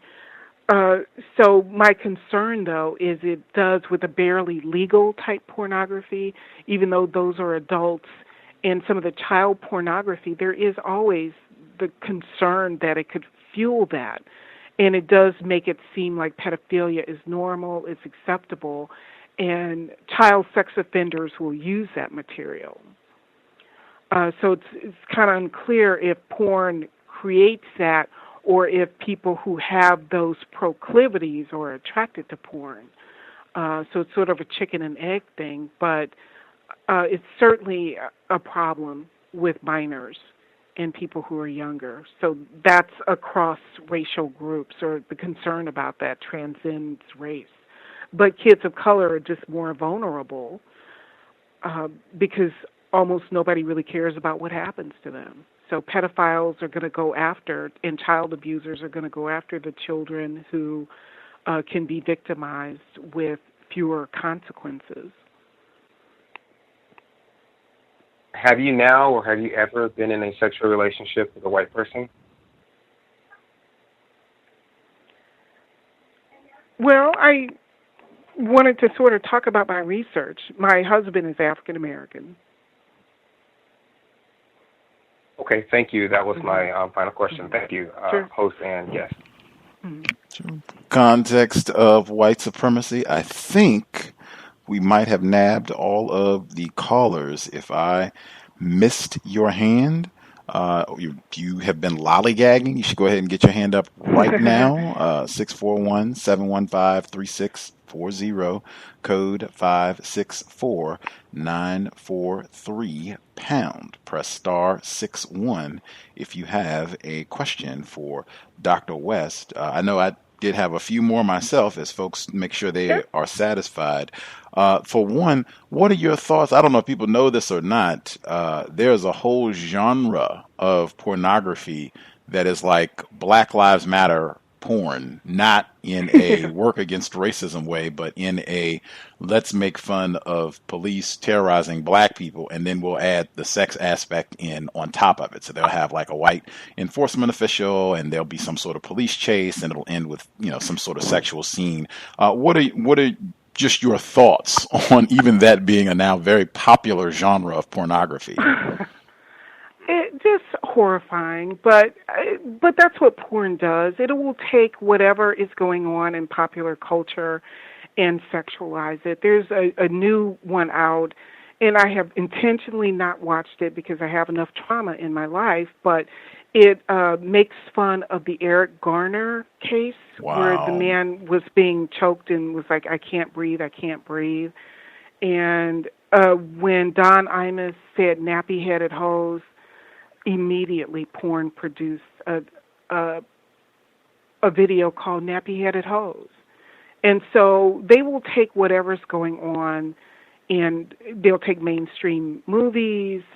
I'm sure there'll be a spoof, a X-rated spoof of Black Panther if it hasn't happened already. So whatever's going on. But yeah, there is a genre of porn that makes fun of Black Lives Matter. I think the movie's called Black Wives Matter. And so you'll see that throughout pornography. Not really. But again, I think that's what porn does. It takes things that are traumatizing or historical traumas for black people, and it sexualizes it. So it's easy to not take it seriously or even make fun of it, because then all of a sudden it doesn't matter when you add sex to the mix. Something about the popularity, like what you were saying before about, the popularity of particularly black males having sexual intercourse with white women, that being such a hugely popular genre or subset of pornography. To me, it suggests, not like what you were saying earlier, is totally logical and makes sense in terms of degrading white women, and what could be more degrading than, having sex with a black male. But to me, it also suggests some form of sexual arousal. And I mean, we've talked about this on the program before. And there was a report in Miami. I remember we talked about this with Dr. Curry last summer. There were police officers, and they got fired. They were sending text messages. These were white officers in Florida. And the text message, I'm paraphrasing, but basically this white officer said, "I was sleeping and I dreamed that we were out. Black people," they said, "niggers. They stole a car. We tracked them down and we executed them on the spot. We blew the niggers' brains out. I dreamt this. I woke up and I had a wet dream." Now, we talked about that on the program. I asked Dr. Welsing about this. I asked Dr. Curry about this. What does this suggest? And we were saying, to me, this suggests some sort of sexual pleasure being derived from the act of practicing racism. And that's the same thing that I see with the popularity in all of these videos, even the cuckold videos, which is, I mean, some of these where you've got like a white husband and he brings in a black male to watch him have sex with his wife. So he's kind of being, I mean, all of that to me suggests you are enjoying some aspect of this racism, and that is even furthering your sexual enjoyment, the racial aspect. Does that make sense? It does make sense. It made me think about the book Chokehold. I think the brother's name is Paul Butler. He's an attorney who's oftentimes on TV. He wrote a book called Chokehold, and he talked about how oftentimes black men are stopped by the police or groped and touched inappropriately, almost as in a sexual manner. I mean, when you think about the history of lynchings in this country, black women were lynched as well, but black men were lynched, and oftentimes their penises were cut off, almost implying that there was a sexual component to these violent crimes against black bodies. So pornography is just merely an extension of what we've seen historically and in current contemporary culture, I think. It's really sexualized violence. Sexualized, racist, white supremacist violence, absolutely. And all those things converge. Absolutely. And remind what you just said, the lynching, the castration rather, as a sexual act of racism, reminded me again, the late Vincent Woodard, The Delectable Negro, Homoeroticism and Human Consumption in U.S. Slave Culture. He talks about that and going all the way back to plantation days. Something we talked about before on this program, but not too much. I mean, I cannot imagine the amount of hours of just really grotesque images and footage that you have to watch to compile a documentary and to talk about all this and teach your courses and what have you. How do you detox from viewing all of this filth? Because I mean, I remember they were talking about people that do like child pornography work for enforcement agencies. They were saying for some of them, they can't do that for a long period of time because it does have an effect. Looking at all of that stuff, if you have to keep looking at it and looking at it, you can only do that for a certain period of time. So how do you detox from looking at all this? Some days are harder than others. It really is. I do a lot of meditation and yoga. I try to work out as much as possible. I have a wonderful partner, and he's amazing, who's a psychologist. And we just kind of talk about the trauma and what this all means. But I think what really keeps me going is I know that it's having an impact on the community. And I really want to use the documentary, as traumatic as it is, as a source of healing and a place where people can at least start to have conversations around sexual violence, around racism, around all this trauma that we experience in our lives and in the larger culture, and to start unpacking all of this. So working toward a larger good is what sort of motivates me to keep doing the work. Wow. Dr. Carolyn West, University of Washington. Imagine that. Yoga being mentioned again. Wowee. um, do you go to the studio or do you practice in your residence?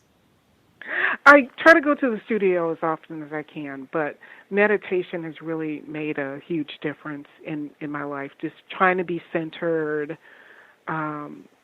Otherwise, you just feel overwhelmed by it because the images are just, like I said, it's some of the most difficult work that I have ever done. And I've been a domestic violence, sexual assault researcher for decades, but nothing has disturbed me as much as this work has. And so knowing that this is touching people's lives in real ways, in devastating ways, is just what kind of keeps me motivated to keep doing it, but also trying to be as healthy as possible so that I can keep doing the work. Underline, highlight that, to be as healthy as possible so that you can continue doing the work. Very, very, very important for Black people. The caller at 5771. Did you have a question for Dr. West? Yes. Can I be heard? Yes, sir. Yes. Okay. Greetings to Dr. West and Gus. My apologies, I came in late, but I wanted to know if there was a film that was circulated about 2 years ago called Something Strange About the Johnsons. Has that been discussed yet? And I want to know if you know anything about it, Dr. West. No, I haven't heard of that. Okay, so there was a film about 2 years ago that was circulating around the social media. It was a short film about 10 minutes long, I guess. And it was generally about a Black family where a son was basically raping his father. That's the kind of the gist of it. And it was just a weird movie. But the thing was that a lot of people were kind of like saying, hey, this is a great film. Come to find out it was produced by a white man, and it was basically pathologizing Black sexual rape within a family. So it was weird and it was very racist, but I just wanted to see if you had knew about it and wanted to get your opinion on it. No, I hadn't, but I certainly will take a look at it. Okay, that was all I had. Yeah, I certainly will take a look at it. I had not heard about that, but it looks like it's easy enough to find it online. So yeah, I will take a look. I remember that because I'm fascinated about media images anyway. So I'd be curious to see what they did with that. I remember that one from a few years back. It's the grotesqueness abounds. Just the timing of your visit with us at this moment, Dr. West. So the Bill Cosby trial, I think, wrapped up today. I think they gave final arguments. That was today. Okay. Scandal ended on Thursday, unless I've been misinformed. And maybe that doesn't have anything to do with our conversation. Maybe it does. And there was one more piece, but in terms of my view that this is kind of a normalized thing. Like some of these tropes are well beyond the pornography industry, and they're so normalized. I feel like something like Scandal, where that show was super popular and on for so long, super popular, much like the interracial genre of pornography, but it's the same thing. She's, she references herself as Sally Hemings, talked about her earlier, and she references herself as a whore. She's having an affair with a white man. Very Sally Hemings-ish, if I say so myself. In my opinion, it's leaking beyond pornography, and I think most people, if you said that to them, that this is a part of the same legacy of Sarah Bartman, the porn industry that we talked about today, ghetto gaggers, if you said that, I think most people be like, what are you talking about? This is great. This is empowering. Kerry Washington is doing black girl magic. But in my view, it seems it's a lot more in common with ghetto gaggers than we might think. What do you think, Dr. West? I think that's really fascinating, and I have conversations with my students about that all the time. if you go to my website, one of my more recent articles is entitled Mammy, Jezebel, Sapphire, and the Bad Girls of Reality Television, where I try to unpack the history of this in current reality. And so I've seen both sides of this. I've seen the side where people do take offense by the images because it does harken back to sort of like a Sally Hemings. But at the same time, I also see the argument that people make that she's highly educated and she's almost making a choice to have sex with this very powerful white man who happens to be president or former president of the United States. So where people can push back to say it's different because she's presumably empowered with her sexuality, and she's making choices about who to sleep with rather than those choices being made for her. So I honestly see both sides of the problem in those media depictions. And so the only thing I can hope for is more images like hidden figures or other figures that offer more complexity for black women. So I don't think that there's this, but I try to sort of be open to both sides of the argument, and I see where both sides of the argument there's problems with the images. I remember the folks who were talking about the black people who nowadays voluntarily, willingly participate in the type of videos where they're being beaten by whites or shackled or whatever it is. Say, hey, they have agency. They're choosing to do this, and it's no problem. They have agency. I reckon folks can take that position. Anything that is tending to replicate what I have seen on the plantation and in the system of white supremacy, racism, we already got enough of that. We don't need any more of that replicated. Let's push towards justice. Let's push towards something way better than black people being whores and shackled and all of that. We have done centuries of that. Done it. Let's way different, way different, and way better. Unless, were you going to say something? Yeah, I totally get that, and I also understand maybe why people do that, because it's financially lucrative as well. So having other options for people, and I think that's where the structural racism part comes into play, because oftentimes in pornography, the black performers aren't told what the title of the video will be before they do it. They'll do the filming, and then they aren't told until afterwards, because if you know the title is going to be, Ratchet Hose, then you would probably walk away and say no. And then you've done it because you needed the money, and then that's what the title is. So also talking about those structural factors, or the fact that there have just been such limited characters for African Americans in film that it may, I guess I can kind of understand why people think, well, I should do this. That extremely important as well. I think Ghetto Gaggers and a lot of these other sites, I think lots of traffic, making lots of revenue, lots of money. Billion, not million. Lots of money to be made on racist and degrading images of black people. In my view, it seems like it's a lot more difficult to do the opposite.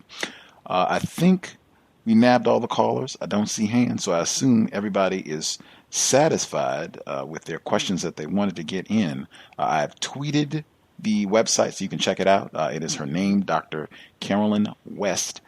.com, so you can get information. You can see latest articles that she's written. You can get information about the documentary, when they're going to have screenings. If you are in the Tacoma, Seattle area, definitely check it out. I'm going to see if I can make time to go next month and check out one of the screenings. If you live around here, you should try to do so as well. Anything else you want to make sure you share with us or promote before we let you enjoy the rest of your evening?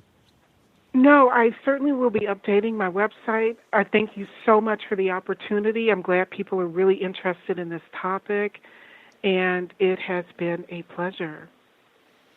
We thoroughly enjoyed it. The documentary is superb, just stellar effort. I'm really going to be excited when folks get an opportunity. Listeners, widespread, can check it out. Excellent work. Keep up your outstanding research, and hopefully I'll be able to see you next month. I'll be able to get down to Tacoma and check out the screening. All right. I will post that on my website, and I'll send you those dates. Outstanding. Thank you so much for sharing a bit of your Tuesday evening with us, Dr. West. Okay. Have a good one. Thank you so much. Thank you. Take excellent care. Okay. Thank you very much. Good evening. Context of White Supremacy. Dr. Carolyn West, right here, University of Washington at Tacoma. Been there a few times. Anyway, if you, I know we do have listeners that are that live in the Seattle area.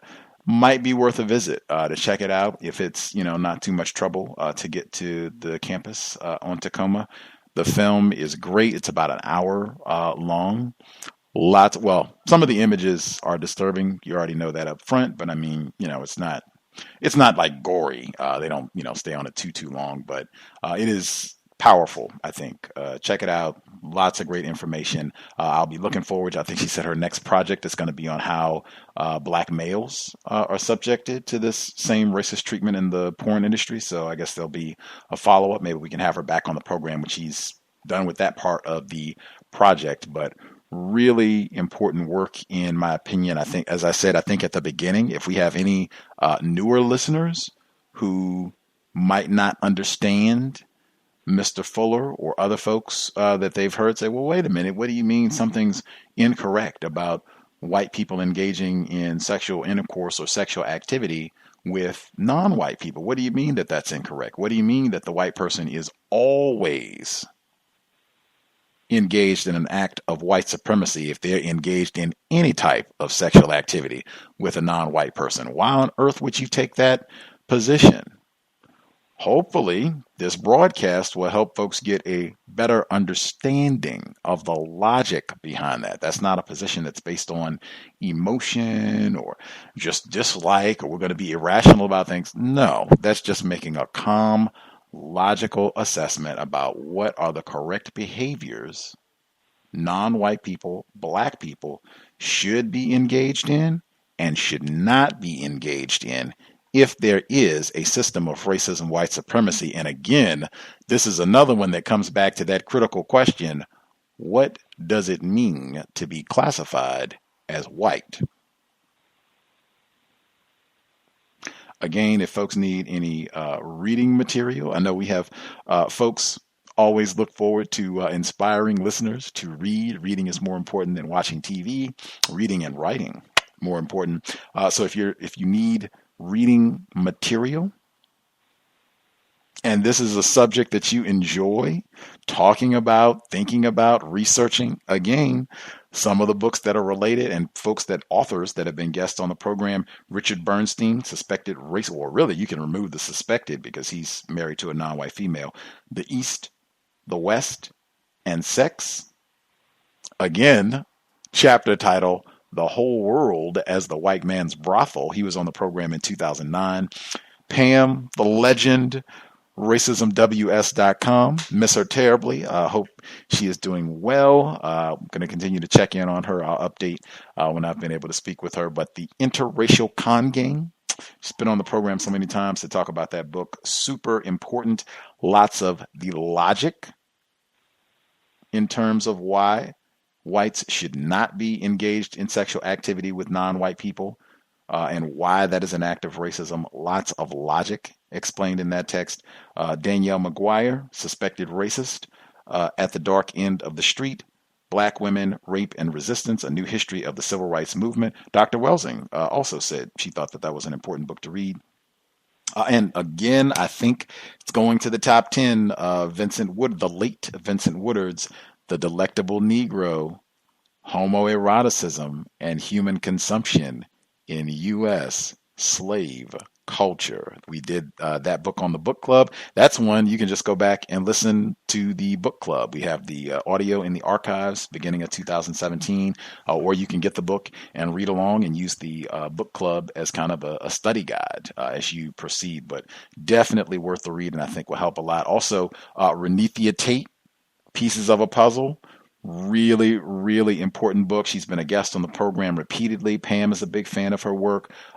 Excellent material that will, again, help give logic as to what is incorrect about Chris and Star's relationship, The Hate You Give. That's it. Any of the folks who dialed in, if you have any comments that you want to get in about Dr. West, her presentation. I'm sure I am the only person here who saw the documentary, so that's you all will just have to base your commentary or what have you off of what you heard during the dialogue this evening. But any of the listeners have comments they wanted to get in before we wrap things up?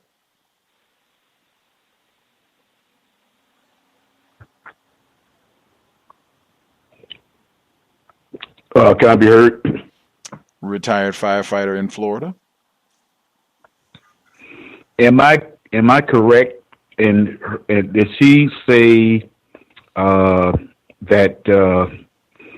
I think she was asked about what a black feminist is, and she included in her dissertation about the combination word that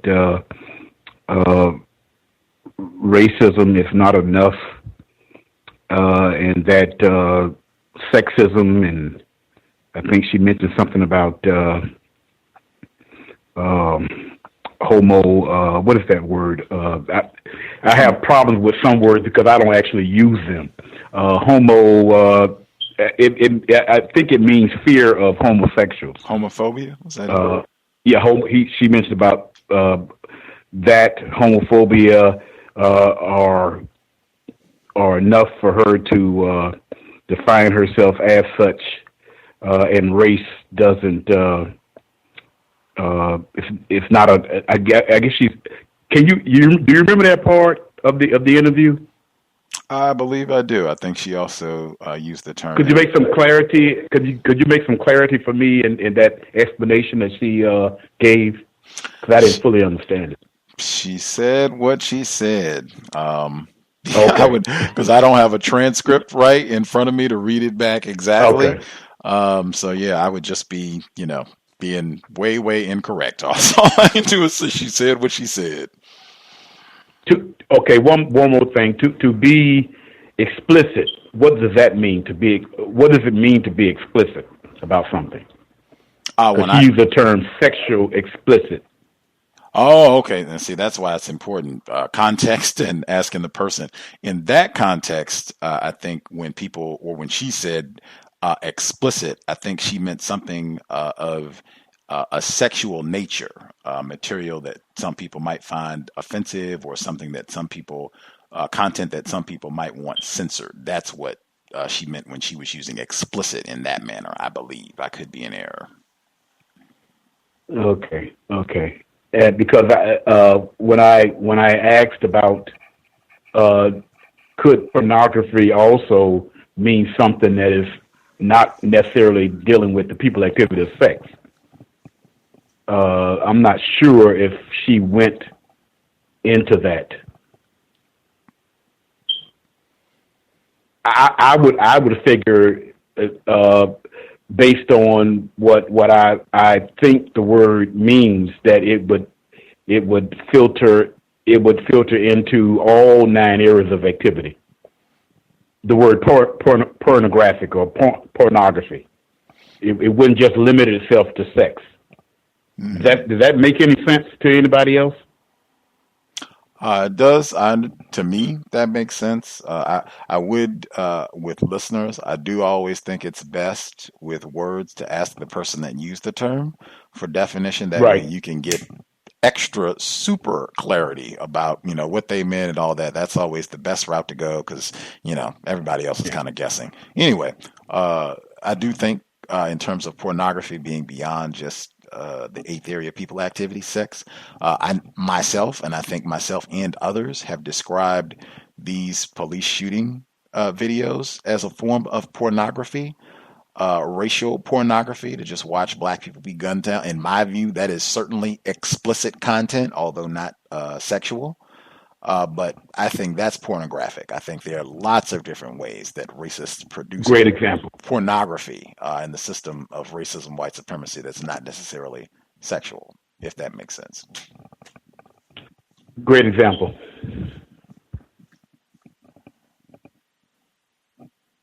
Other folks, anybody else have commentary that they wanted to get in? Can I be heard? Yes, sir. Yeah, and just to piggyback off of that metaphor I just used, but in regards to the pornography that she was saying about how they were using the Eric Garner case for a pornographic film, I thought that was just absolutely sick. And I guess just like you said, they're using that in their sexual pornographic films, and this is just I guess the mind of racists to use such sick themes like that in sexual content. So that's all I had. That is the system of white supremacy. Other folks have commentary? Any other folks? Yeah, I had I guess, I asked a question about images of black women that could, I guess, counter white supremacy racism. And I guess the only person that I've really heard talk about sort of some strategies about, I guess, constructive images was Dr. Welsing. She would talk about her parade, dark people and stuff like that. So I don't know if you'll see the doctor, but when you go to the screening or whatever, but hopefully you could ask her if she could come up with some, if she's ever thought more very strategic images that could be used, or sort of strategies for counter-racist images of black women. Thank you. That's something to think about. I know Dr. Welsing was mentioned. I do think that image, seeing Dr. Welsing with her natural hair, that's something that we talked about a lot after her transition, but her with her natural hair, and she always just looked like new money. Every time that you see her out for her lecture, she's fresh and pressed and just looks radiant every single time that she goes out. I think that, for me, that would be one image of a black female that is working against racism, white supremacy. I do not think racists would want to see that being replicated. Someone with black self-respect, who cares about black people, herself first and foremost, and then intelligent and engaged in self-care, like that right there seems like it could be heading in the correct direction. Do we have any other folks who had commentary they wanted to get in, comment they wanted to get in? Yes, give a comment. Yes, sir. Yes, I think the conversation was constructive. I'm glad that I got a chance to listen to today's show. I do think if the guest comes back on, I would probably ask about, I think it was kind of alluded to, white sexuality and black sexuality. I've had a hard time recently finding information about African sexuality, and I've come to the conclusion that almost everything that I know about sex was given to me by white people. And I wouldn't even know what it would even start to look like. So I think that was something I would like to ask the guest. I was also a little confused by the title of a black feminist. I'm not sure I got a clear definition of what that meant. So I that also, and I think that it's just further with her doing all of her studies, in-depth studies on sexuality, specifically from the point of view of racism, white supremacy. I think that it was kind of telling that we still have a lot of things that we identify with as non-white people that were given to us from the sexual sewer of white lines. So, yes, I'm grateful for the conversation today, and thank the host for bringing the guest on. Indeed, indeed. Other folks have commentary they want to get in? Maybe. Yes, ma'am. Ivy? Yes, sir. Greetings, Gus, and greetings to all the callers and listeners on the line. First I wanted to say I think that it was a very constructive and interesting broadcast, and I wanted to try to explain what I understood about what she was saying in terms of what a black feminist scholar is. From what I understood that she was saying is that a black feminist scholar studies the different or several, if not all, the different ways in which women are mistreated or harmed, not just racism, but so-called sexism, which I don't believe exists, but obviously she does. Sexism, where women are mistreated and harmed on the basis of gender. Classism, mistreated and harmed on the basis of finances or how much money you make or don't make, or just being poor versus rich. She said racism, classism, sexism. I can't remember and she said homophobia. I guess homosexual women being mistreated or harmed on the basis of being a homosexual. And she said that it's not enough to just study racism, but from my view and from what I heard, I could have just missed it. I don't think so. But to me, she did not say what it's not enough to do. Like she said, it's not enough to just study these things or just to study racism in order to accomplish what? Like she just said, it's not enough. But I was thinking, okay, it's not enough in order to accomplish what, or in order to understand what. I guess maybe her position is that it's not enough to, understand the full spectrum in which women are mistreated and harmed if you don't study all of these other aspects, which I completely disagree with. But that was my understanding of the answer that she gave. And thanks, everyone. Thanks, Gus. I'll mute my line. Appreciate that, Ivy. We have any other folks who had comments they wanted to get in? Yes, I had one quick comment. Yes, ma'am. Listening to the conversation, and I definitely want to take a look at the documentary.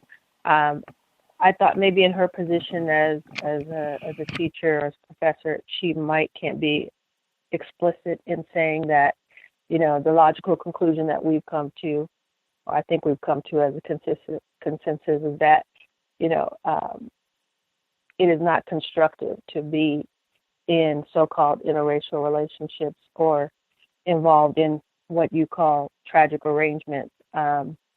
Because I think if some of the comments she was making about how to combat the issues, especially with the negative imagery and pornography and violence, I don't understand how we're going to be able to constructively go about implementing those solutions if you cannot explicitly define what normal sexuality is or what harmful sexuality is.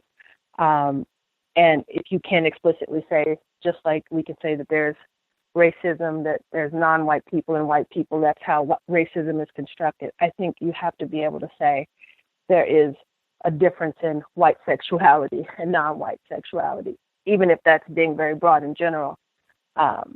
So I would love to be able to talk about that more, maybe in other broadcasts, because I've listened to several that you've done on tragic arrangements. But I think that's important to be able to have definitions and somehow define where you want to go from this point if we're saying that this is problematic.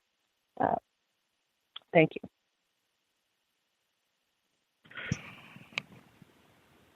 Can I say one more thing, Gus? Let's hear it.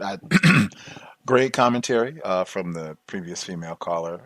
Definitions and just being more explicit. When I say explicit, I mean definitive, precise about these are our sexual customs, practices, and these are our enemies' sexual practices. I could definitely see a value in that and being explicit, as I just defined it, about that. Retired firefighter?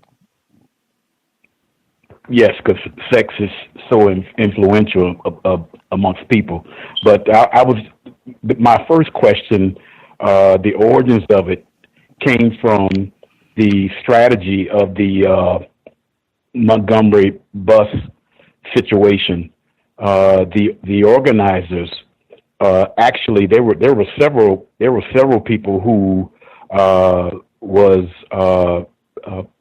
not standing up on the bus and getting arrested before Mrs. Parks, but primarily because of the quote-unquote credibility issue is why they had to wait for Mrs. Parks, because she was married in a quote-unquote structured home environment, that sort of thing. And so it just goes to show that under the global system of racist white supremacy, on how between white people and non-white people, especially non-white black people, that we are not considered to be credible beings under the system of racist white supremacy. Whereas you can have a whorish white woman that can immediately, I mean, she has the money that she was paid, reportedly paid, is almost more than what I have in my 401k retirement situation. You know, and she, I know she makes more money than that on almost a weekly or whatever basis, as far as that concerned, to show you the disparaging difference between a white female and non-white females, especially non-white females who are racially classified as black. And that is a clear distinction on there being a global system of racism and white supremacy. Thank you. Indeed. Indeed. I think Pam talked about that extensively, that white women and white people, period, that they can have a totally different sexual code in terms of functionality, because they do not have to worry about those sort of credibility issues. I'm white. That's my credibility. Move, nigger. That's my credibility, regardless of what I did. That's the world that we live in, unfortunately. Excuse me. Choked myself. Do we have, I had never heard of that book, Chokehold, either. That was one that I wrote down, adding that. I'm going to check on that after the program. Thomas in New York. Yes, sir.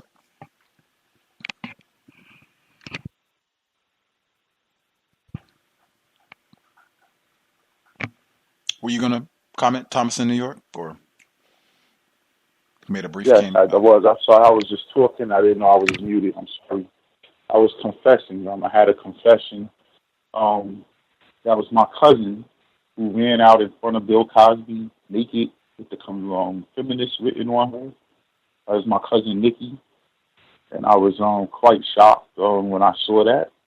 And she's been in tragic arrangements in the past, so I guess it shouldn't have shocked me, but they were not in the quote-unquote United States. It was tragic arrangements, so I just had a confession there. As far as the porn, I find there's a lot of psychological profiles that can be taken when you watch who is engaging in these porn things. Now, one porn site in particular that I thought was very interesting, I was going to mention it, was this one called Black. And I started researching it because of the name alone, which is like Black. Wow, I got to see what this is about. And this very fetishy very high quality camera, very high quality as far as the scenes and the scenery and everything. You can tell they spent a lot of money renting the places, and the women are made up very, very, well, but they're all white, and the men are all black. And the men all are rich, the women are rich, but it's all about the woman. And I just wanted to know, I was going to ask, who was that? Who did she think that was made for? Was that made for white women or white men? Because it's very odd. And I was going to also mention the dark web. I don't know if you guys are familiar with that, or the black internet or the dark web. Once again, a play on the words. And on this type of internet, if you have an onion router and you have some Bitcoin, some money, you can enter these sites where you can see 10 mass white men rape a 17 or 16-year-old black girl. And the rich people who are watching this from their computer can throw in $25,000 for them to cut off a finger or a toe. However, there's been so many cases of the black women who've come up missing, ending up last place being seen on one of these websites, and their body and nothing's never been found, and the men are all masked, and they're saying, the people who own it are saying, oh, this was all staged, but you can tell that it's real. They're cutting off her breast, they're drinking some of her blood. It's whatever these people are typing in and paying and willing to see. And of course they do it to white women too, which I suspect are coming from other countries because they don't seem to speak English.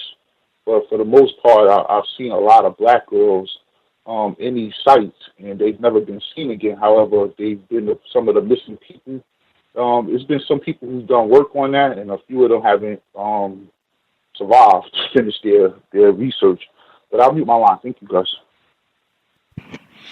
Wow. Not a surprise. I think if people remember last 2017, like the early portion, when there was a lot of attention focused on the missing black girls in the Washington, D.C. area. Not a surprise at all. We talked about that with Jeffrey Dahmer in Wisconsin.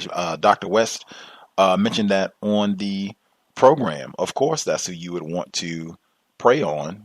Who cares about black children, girls, boys, whatever? Who cares? We can go, and make our snuff flicks and, do our thing. Not a surprise at all under the system of racism, white supremacy. Any other folks have comments they wanted to get in? Can I be heard? Yes, sir. Yeah. The large, she's doing great. I just want to say she's doing great work. I'm really excited to see the work she puts out. My issue with I don't see the benefit of feminism, especially for non-white women. It was kind of confusing because when I asked her about any kind of legislation or any kind of progress that non-white women have had by titling themselves as feminists, it just perplexes me.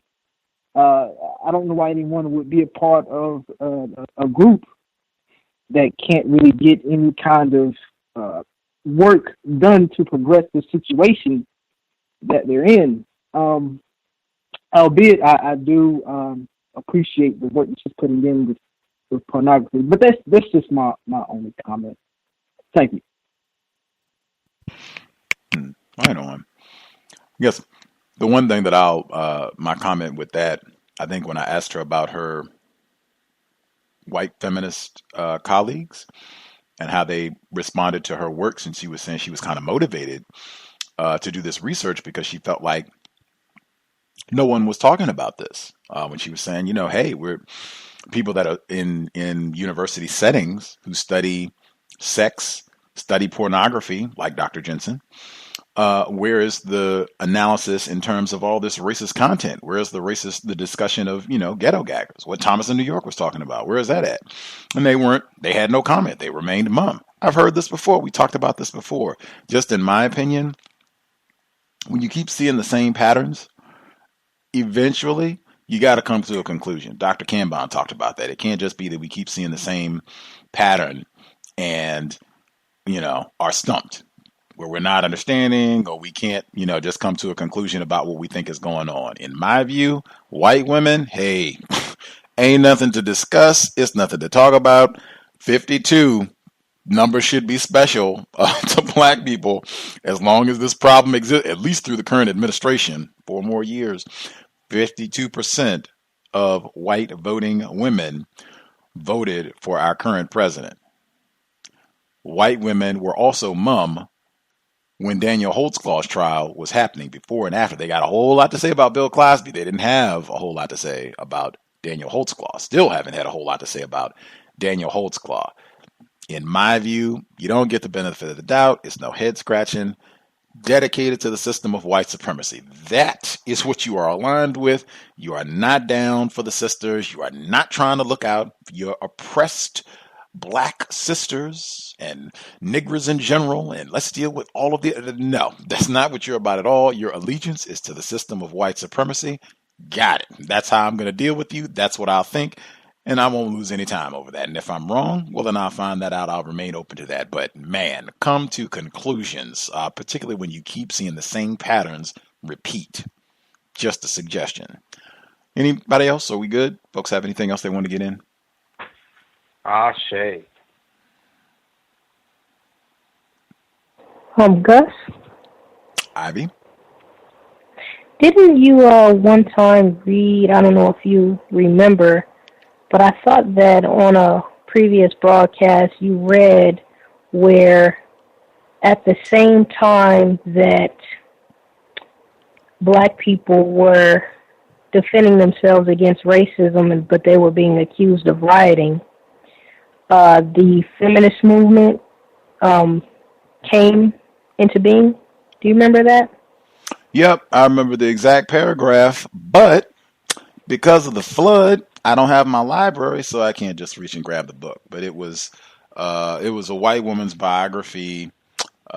She was on the program.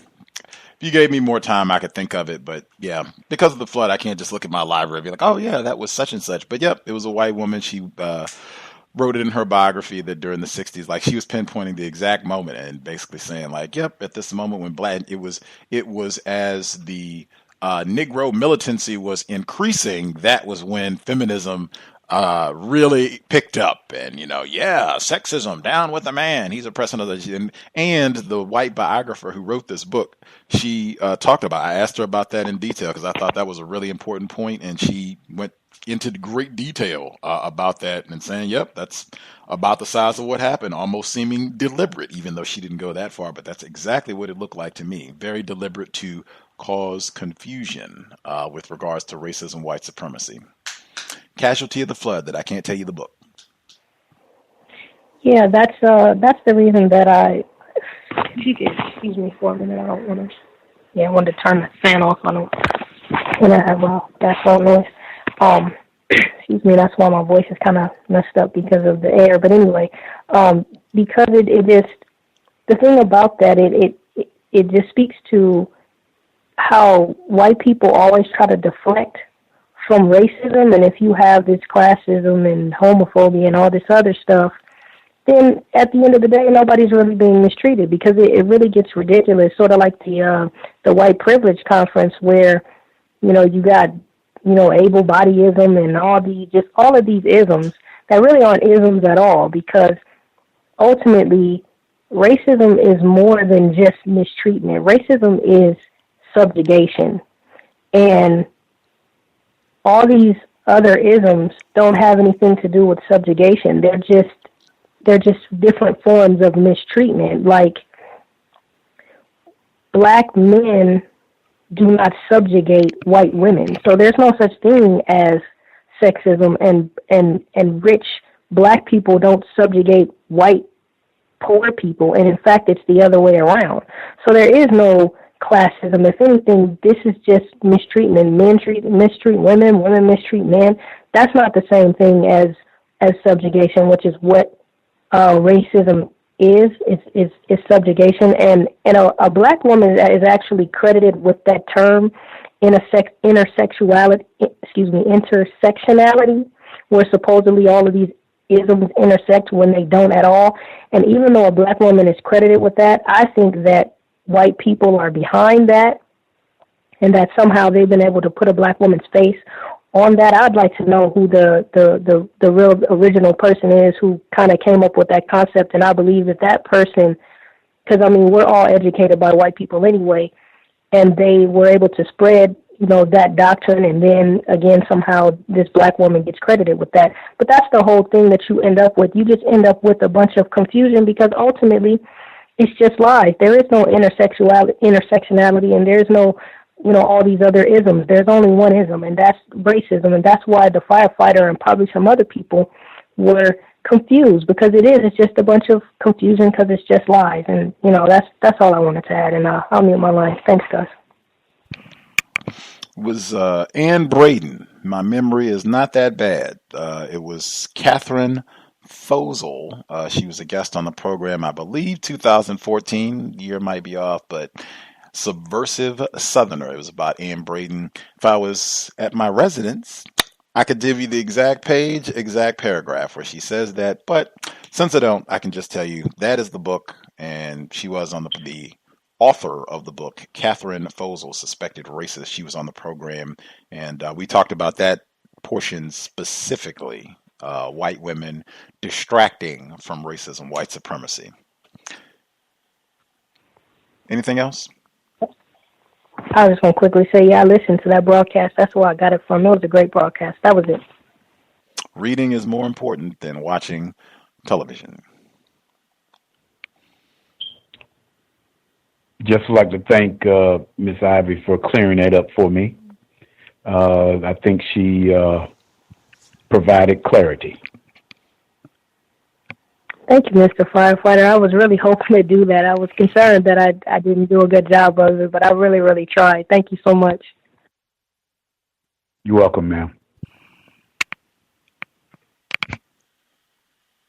Anything else? Folks satisfied? Yes, sir. Go ahead. Can I be? Okay. I just want to say really quickly, because of, I think it's Ivy, she did a great job clarifying, by the way, but because of that kind of instruction about racism and white supremacy, she began talking about racism as if it's some sort of atmosphere, like something so intangible and abstract, calling it systematic, and, it's just this big ominous thing that's not tangible, which I just find extremely incorrect. But that's all I want to say. Is that Jay in the STL? Can you repeat that, please? Who just spoke? Was that Jay in the STL? No, ma'am.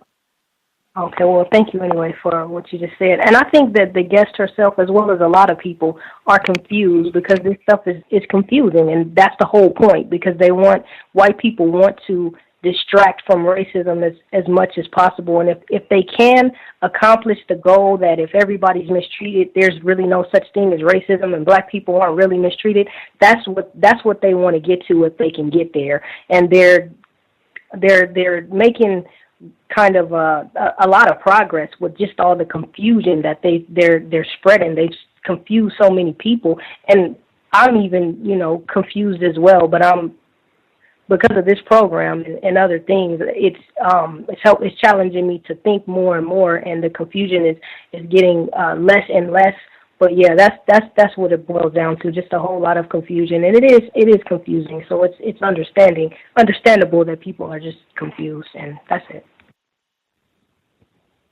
If racism, white supremacy is what I think it is, it facilitates all of those other isms. Ashe.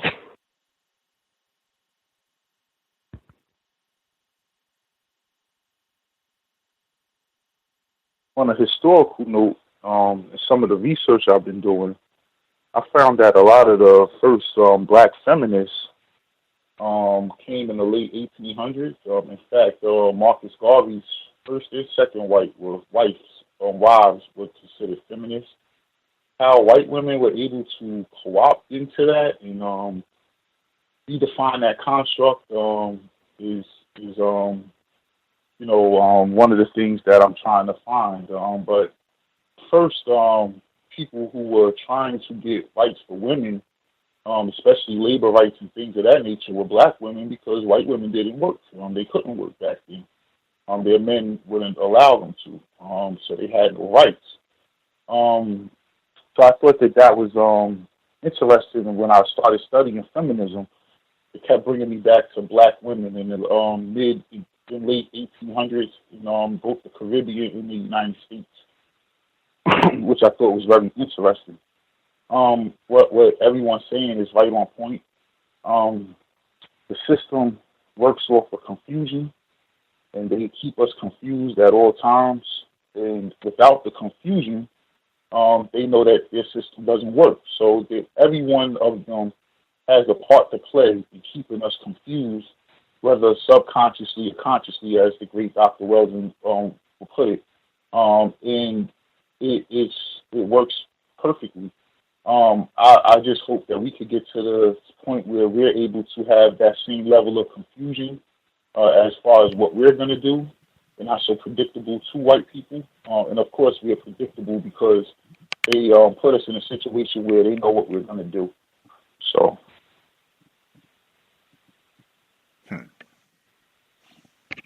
I appreciate that, Thomas in New York. One thing I will say, I suspect by this point, 2018, if you want to function in a university or academic setting, it would probably be advantageous to you, especially if you are a black person, male or female, to vigorously endorse what is called feminism. I do not think you would better your position as a black person in what they call the ivory towers, opposing feminism or even acting like you're indifferent to it. I suspect that probably would not aid your efforts to get tenure and to progress, which is just further a part of racism, white supremacy, confusion. We want you to talk. We want our boys and gals, even the ones that we call doctor or give PhD or whatever the case, we want them to sound the way we want them to, even when they talk about racism, white supremacy. We want it to be in line with the way we think it should sound to spread confusion. At least that's what, I think could be happening. I could be wrong. We'll take one more comment. Anybody? Last comment, or folks are good?